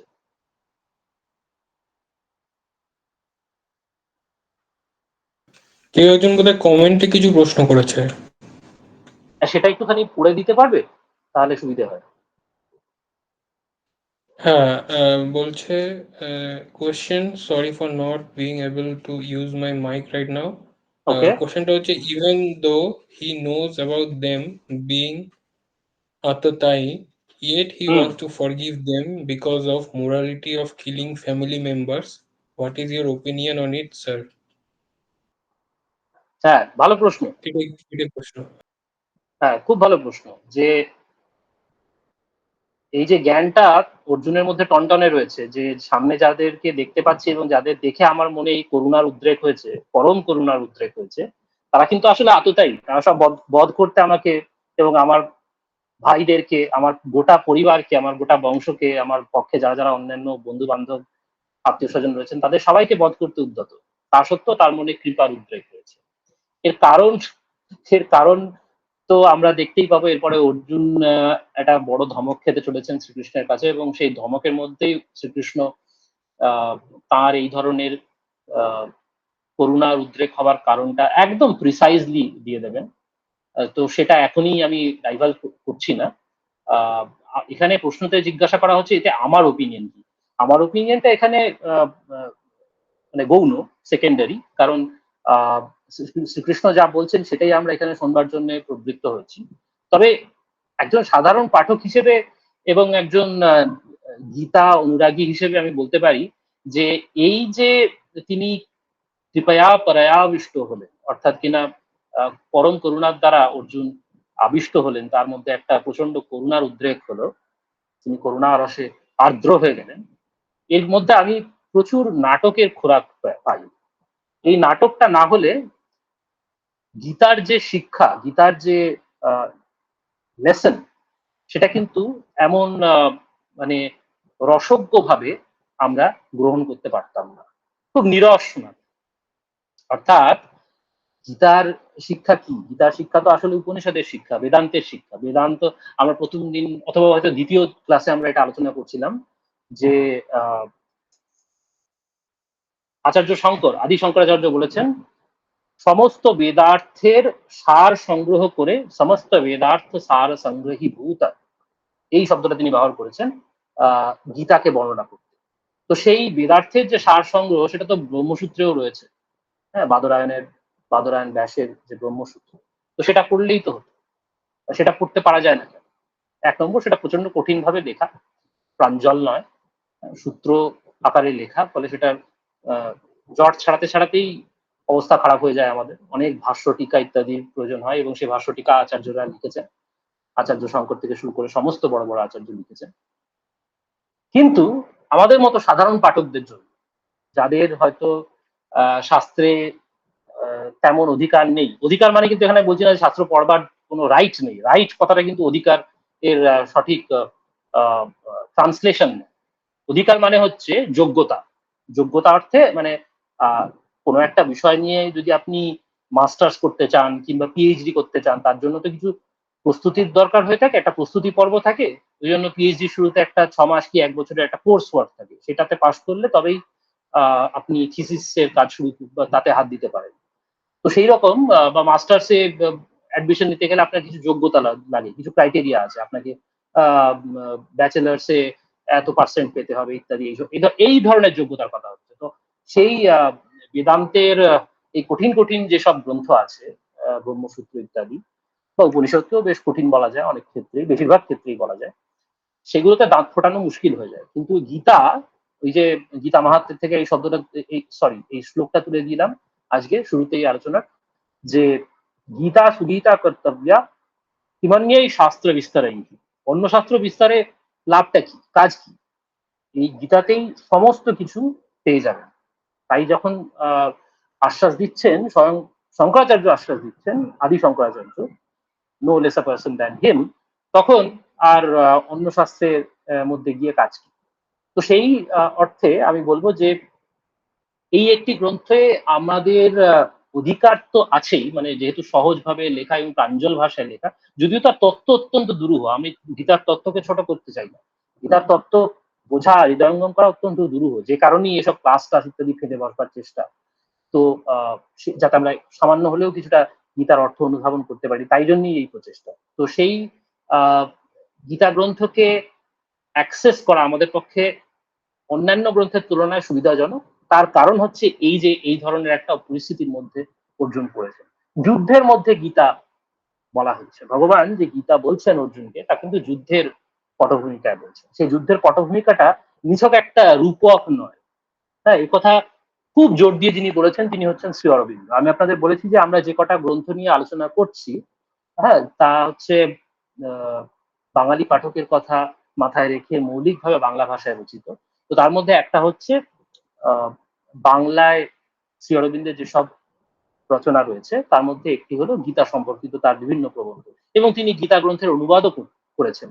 তো সেই অনুবাদের যে ভূমিকা, এবং তাছাড়াও সেই ভূমিকাটি ছাড়াও যে সমস্ত প্রবন্ধ তিনি লিখেছেন বিভিন্ন সময় সাময়িক পত্রে বা সংবাদপত্রের সম্পাদকীয় বা উত্তর সম্পাদকীয় পত্রে, সেইগুলোতে আমরা কিন্তু দেখতে পাই যে খুব জোরের সঙ্গে শ্রী অরবিন্দ আমাদের জানাচ্ছেন যে এই যে গীতার পটভূমিকাটি যুদ্ধের কুরুক্ষেত্রের ময়দানে, এবং সকলে অস্ত্র সম্পাদ করতে, অর্থাৎ কিনা অস্ত্রশস্ত্র একে অপরের দিকে তাক করে একদম রেডি হয়ে আছেন, যুদ্ধ শুরু হবে করছে। এই পটভূমিকাটি কিন্তু খেলো করবার মতো জিনিস নয়।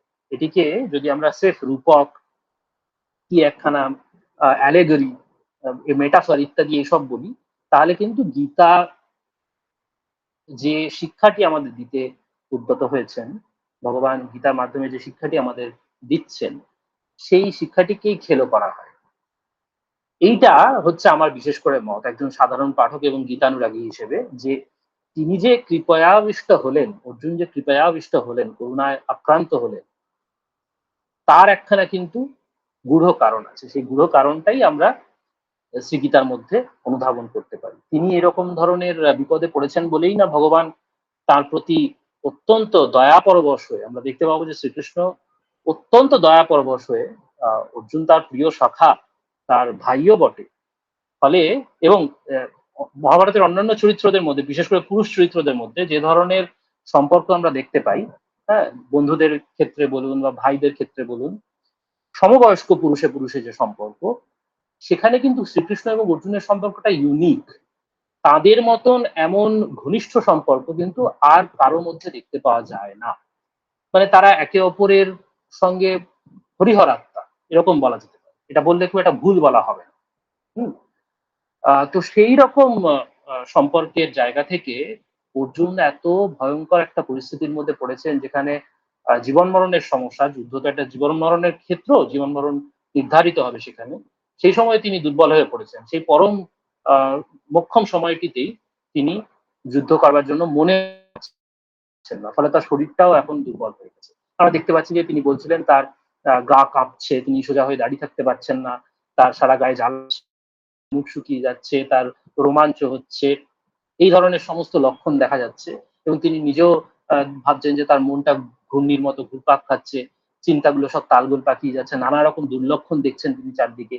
এই ধরনের অবস্থায় পড়ে তিনি কিন্তু শেষমেষ আমরা দেখতে পাবো পরবর্তী অধ্যায়ে, ২য় অধ্যায়ে যে তিনি শ্রীকৃষ্ণের শরণাগতি নিচ্ছেন। তিনি তার কাছে একদম সম্পূর্ণভাবে আত্মসমর্পণ করছেন যে, "তুমি বলে দাও, তুমিই বলো।"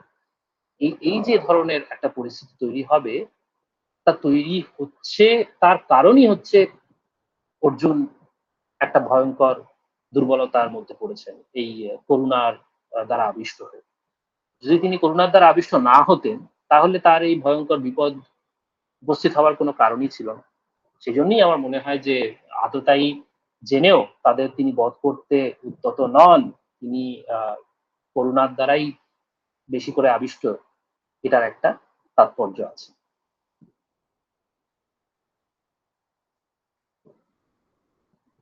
আশা করি এই প্রশ্নটার একটা উত্তর দিতে পারলাম। বা যদি এর পরেও কোনো একটা follow up প্রশ্ন থাকে তাহলে সেটাও করতে পারেন।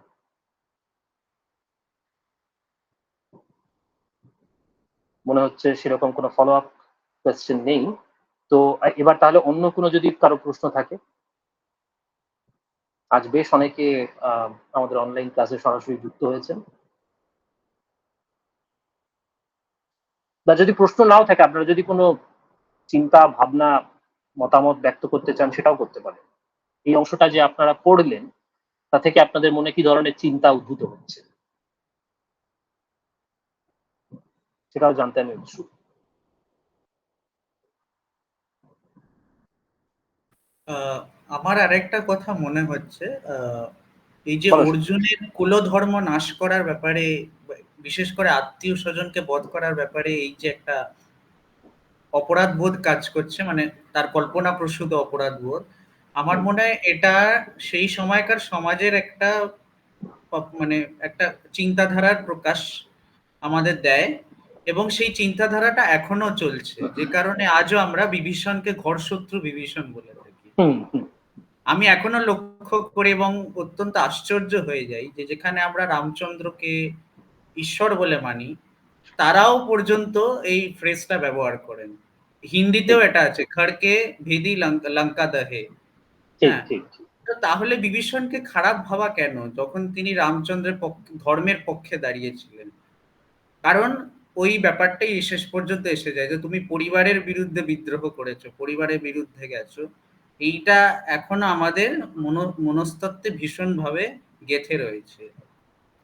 ঠিক, ঠিক। এটা খুব ভালো একটা অবজারভেশন তুমি আমাদের সঙ্গে শেয়ার করলে সুপ্রীত। এজন্য তোমাকে অনেক ধন্যবাদ। এই একটা মাইন্ডসেটের কথা যেটা সুপ্রীত বলছে সেটা খুবই সত্যি। এবং যতই এটাকে আমরা একটা অজুহাত হিসেবে দেখি না কেন, অর্জুন তো আসলে একটা অজুহাত খাড়া করছেন যে কেন তিনি যুদ্ধ করতে চান না।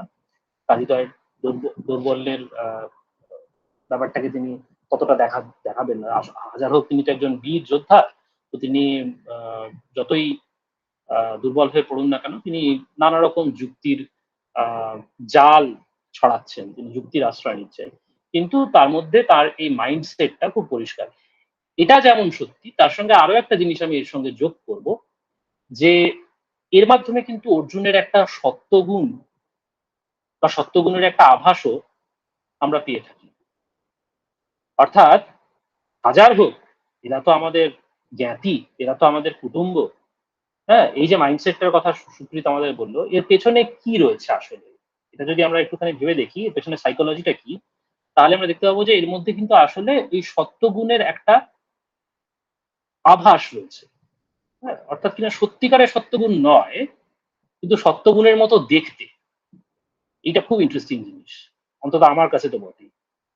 হ্যাঁ, এইরকম আমরা কিন্তু আসলে দেখতে পাবো যে তমগুণটা এবং কিছু ক্ষেত্রে আবার রজগুণও সেটা আসলে সত্যগুণের ছদ্মবেশ ধারণ করে আমাদের সামনে এসে উপস্থিত হচ্ছে।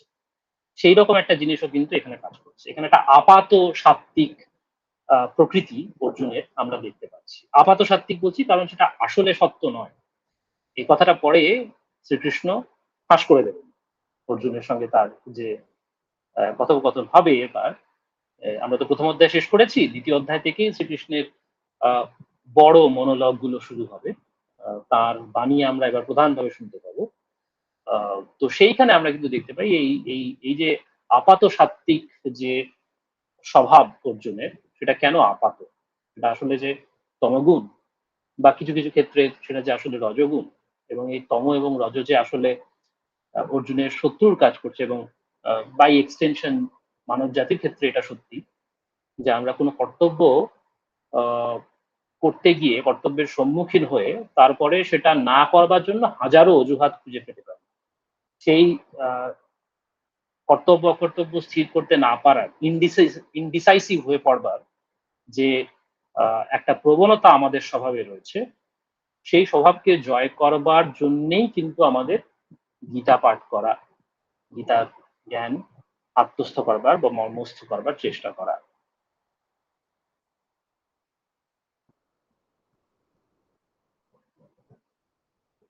আর কোনো প্রশ্ন বা কমেন্ট?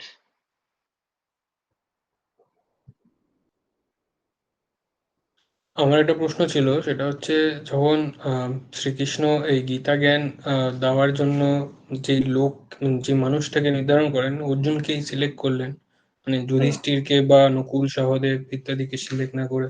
তো তার পেছনে কি কোনো মানে পার্টিকুলার রিজন আছে নাকি লাইক এমনি মানে করেছে? This is my favorite question of the evening. This is my favorite question of the evening. এই প্রশ্নটার জন্যই অপেক্ষা করছিলাম। যে কেন অর্জুনকেই বেছে নেওয়া হলো গীতা জ্ঞানের উপযুক্ত পাত্র হিসেবে?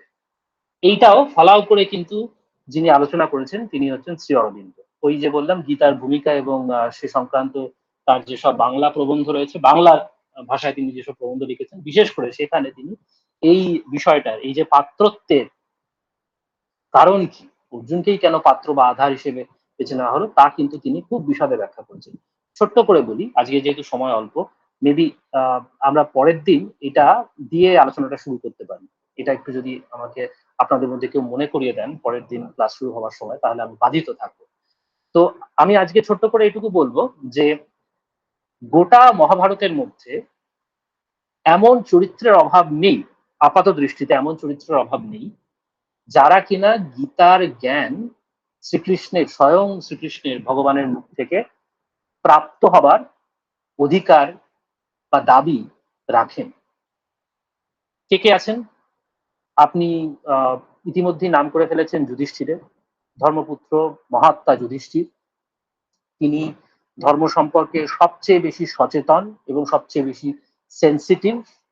তিনি সবচেয়ে বেশি সংবেদনশীল ধর্ম সম্পর্কে। ধর্মের জ্ঞানও তার যতটা প্রখর ততটা আর কারো নয়। এর প্রমাণ আমরা একবার পেয়েছি কিন্তু বকের সঙ্গে যুধিষ্ঠিরের যে প্রশ্নোত্তর পর্ব হয় সেখানে কিন্তু তার অন্য সব ভাইরা ধর্মজ্ঞান সেখানে দেখাতে পারেননি। তারা কিন্তু বককে একদম তুচ্ছ-তাচ্ছিল্য করে মৃত্যুমুখে পতিত হয়েছিলেন ৪ ভাই। কিন্তু যুধিষ্ঠির সেটা করেননি এবং একটা খুব কঠিন প্রশ্নোত্তরের মধ্যে পড়তে হয়েছিল যুধিষ্ঠিরকে সেইবার। কিন্তু সেটা তিনি কিন্তু মানে খুব আনন্দের সঙ্গে এবং খুব আ সাফল্যের সঙ্গে খুব সহজেই যেন উত্তীর্ণ হয়ে গেলেন। He passed that test with flying colors. তো আ সেখানেও যুধিষ্ঠিরকে আমরা বাদ দিচ্ছি। আমরা নিলাম অর্জুনকে। আরো লোক আছেন। মহাত্মা বিদুর রয়েছেন। বিদুর যিনি কিনা নীতিজ্ঞ, তিনি তার মতো নীতিজ্ঞান মহাভারতে আর কারো নেই। এবং তার মতন জ্ঞানী ব্যক্তি, তার মতো জিজ্ঞাসু ব্যক্তিও খুব কমই রয়েছে। এবং তিনি শ্রীকৃষ্ণের একজন পরম ভক্তও বটে। তাকেও নেওয়া হয়নি, বিদুরকেও নেওয়া হয়নি। ভীষ্ম, পিতামহ ভীষ্ম একজন মানে কর্তব্য অকর্তব্য কি এটা তার চেয়ে ভালো সে সময় খুব কম লোকই জানতো। হ্যাঁ? হয়তো ওই হাতে গোনা যুধিষ্ঠির বা বিদুরের মতো দু একজনকে বাদ দিলে, বা স্বয়ং শ্রীকৃষ্ণের কথা যদি ধরি তাকে বাদ দিলে, আর কারোর মধ্যে নেই ভীষ্মের যতটা আছে। তাহলে এই ভীষ্মকে দিলেন না শ্রীকৃষ্ণ গীতার জ্ঞান, বিদুরকে দিলেন না, যুধিষ্ঠিরকে দিলেন না, এইসব বড় বড় মহাত্মারা এবং ধর্মবেত্তারা থাকতে শেষমেশ অর্জুনকেই কেন দিলেন? এর দুটো কারণ, মানে মূল কারণ দুটো।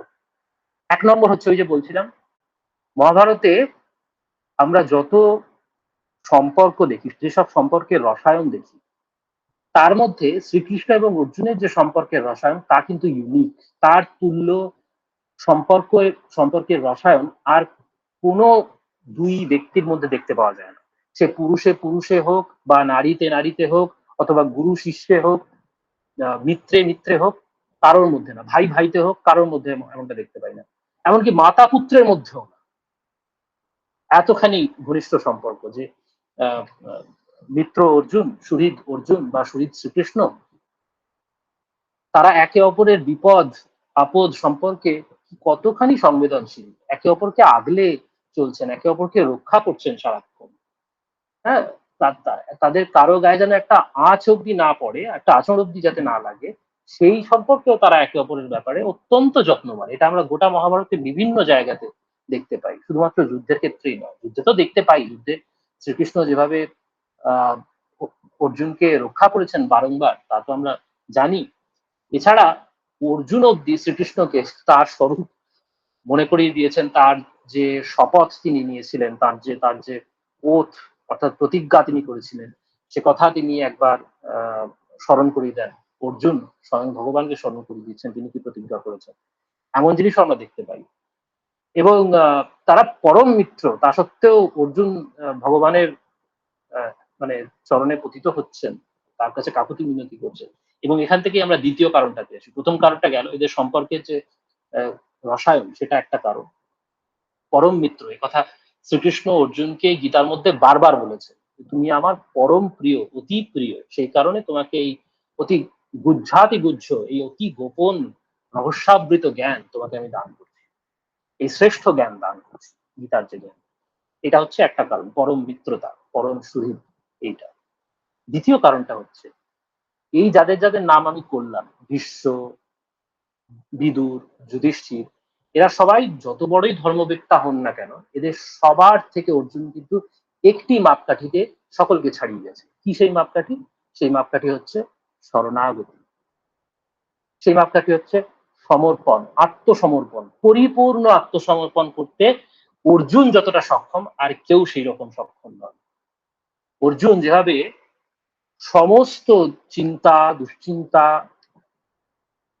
সমস্ত দায়িত্ব, কর্তব্য, সমস্ত ধর্ম অধর্ম, পাপ পুণ্যের ভার শ্রীকৃষ্ণের পায়ে ছেড়ে দিচ্ছেন বা শ্রীকৃষ্ণের হাতে ছেড়ে দিচ্ছেন, তেমনটা কিন্তু মহাভারতে আর কোনো চরিত্র করতে পারেননি।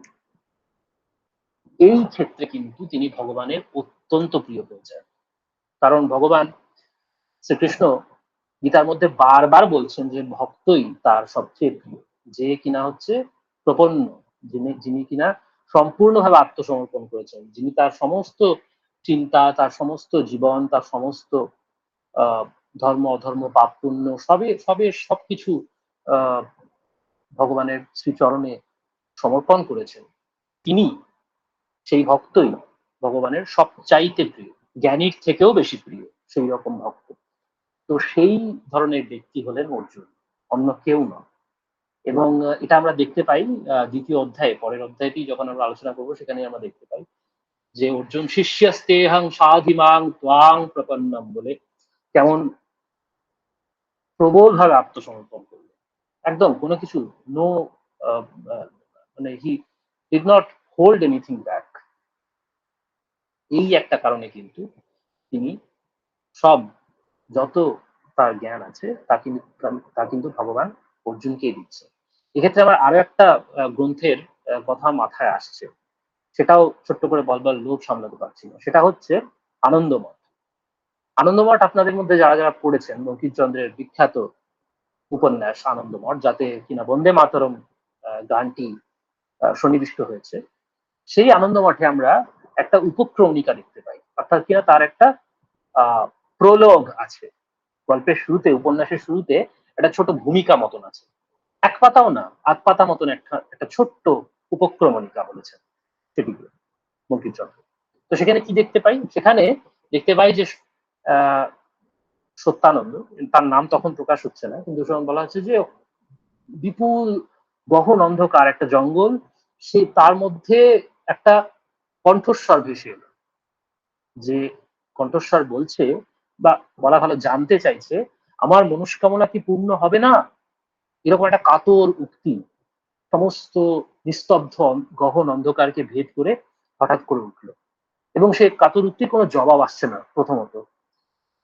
তখন সেই উক্তি একবার, দুবার, তিনবার ধ্বনিত হলো, অর্থাৎ কিনা ওই সন্ন্যাসী, আসলে আমরা পরে জানতে পারবো, গল্পের একদম শেষে আমরা জানতে পারবো যে আসলে এই কণ্ঠস্বর ছিল সত্যানন্দের, অর্থাৎ কিনা আনন্দ মঠের যিনি প্রধান নেতা, প্রধান সন্ন্যাসী বা সন্তানদের যিনি নেতা, তিনি তিনবার এইরকম ভাবে কাতর কণ্ঠে জিজ্ঞাসা করলেন যে আমার মনস্কামনা কি পূর্ণ হবে না।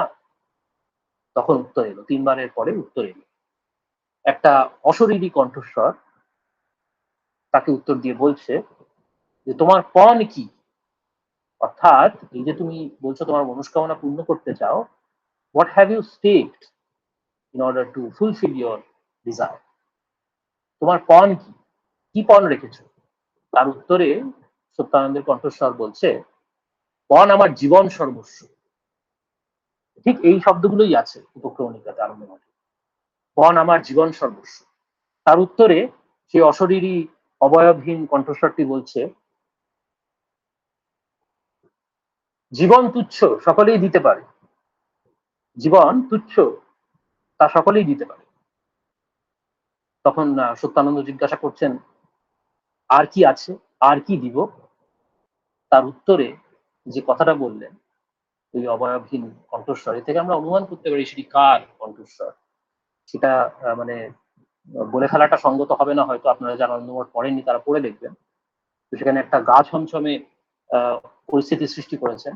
তা আর কি আছে, আর কি দিব, এরকম একটা কাতর প্রশ্ন করছেন যখন সত্যানন্দ, তখন তার উত্তরে একটা শব্দ দিয়ে সে উত্তর পাচ্ছেন, সে প্রশ্নের উত্তর পাচ্ছেন, সেই শব্দটা হচ্ছে ভক্তি। এইখানে উপক্রমণিকা শেষ, এরকম সাডেনলি শেষ। এবং সে কি অপূর্ব গাছ হচ্ছে, আমার তো অন্তত এই যে আমি মনে করছি তাতেও আমার রোমাঞ্চ হচ্ছে আনন্দমঠের উপক্রমণিকা পড়বার কথা স্মরণ করে। তো সেই কথাটা কিন্তু এখানে আমরা গীতায় পরিষ্কার দেখতে পাই যে জ্ঞানী নন, হ্যাঁ, ধর্মবেত্তা নন, যিনি ভক্ত, যিনি সমস্ত কিছু নিয়ে ভগবানের শ্রীচরণে সমর্পণ করতে পারেন, নিজেকে একেবারে বিলিয়ে দিতে পারেন ভগবানের কাছে, নিজের জন্য কোনো চিন্তা রাখবেন না, তার সমস্ত চিন্তা দুশ্চিন্তা সবকিছুর ভার গ্রহণ করবেন স্বয়ং শ্রী ভগবান। এইরকম আত্মসমর্পণ যিনি করতে পারেন, এইরকম শরণাগতি যিনি করতে পারেন ভগবানের চরণে, তিনিই একমাত্র এই পরম গুহ্যতম এবং সবচেয়ে উচ্চ যে জ্ঞান, গীতার যে জ্ঞান, তা পাবার অধিকারী বা যোগ্য। এই কারণেই অর্জুনকে বেছে নেওয়া হয়েছে। অর্জুন হচ্ছেন ভক্ত, অর্জুন জ্ঞানী না হতে পারে কিন্তু অর্জুন পরম ভক্ত। অনেক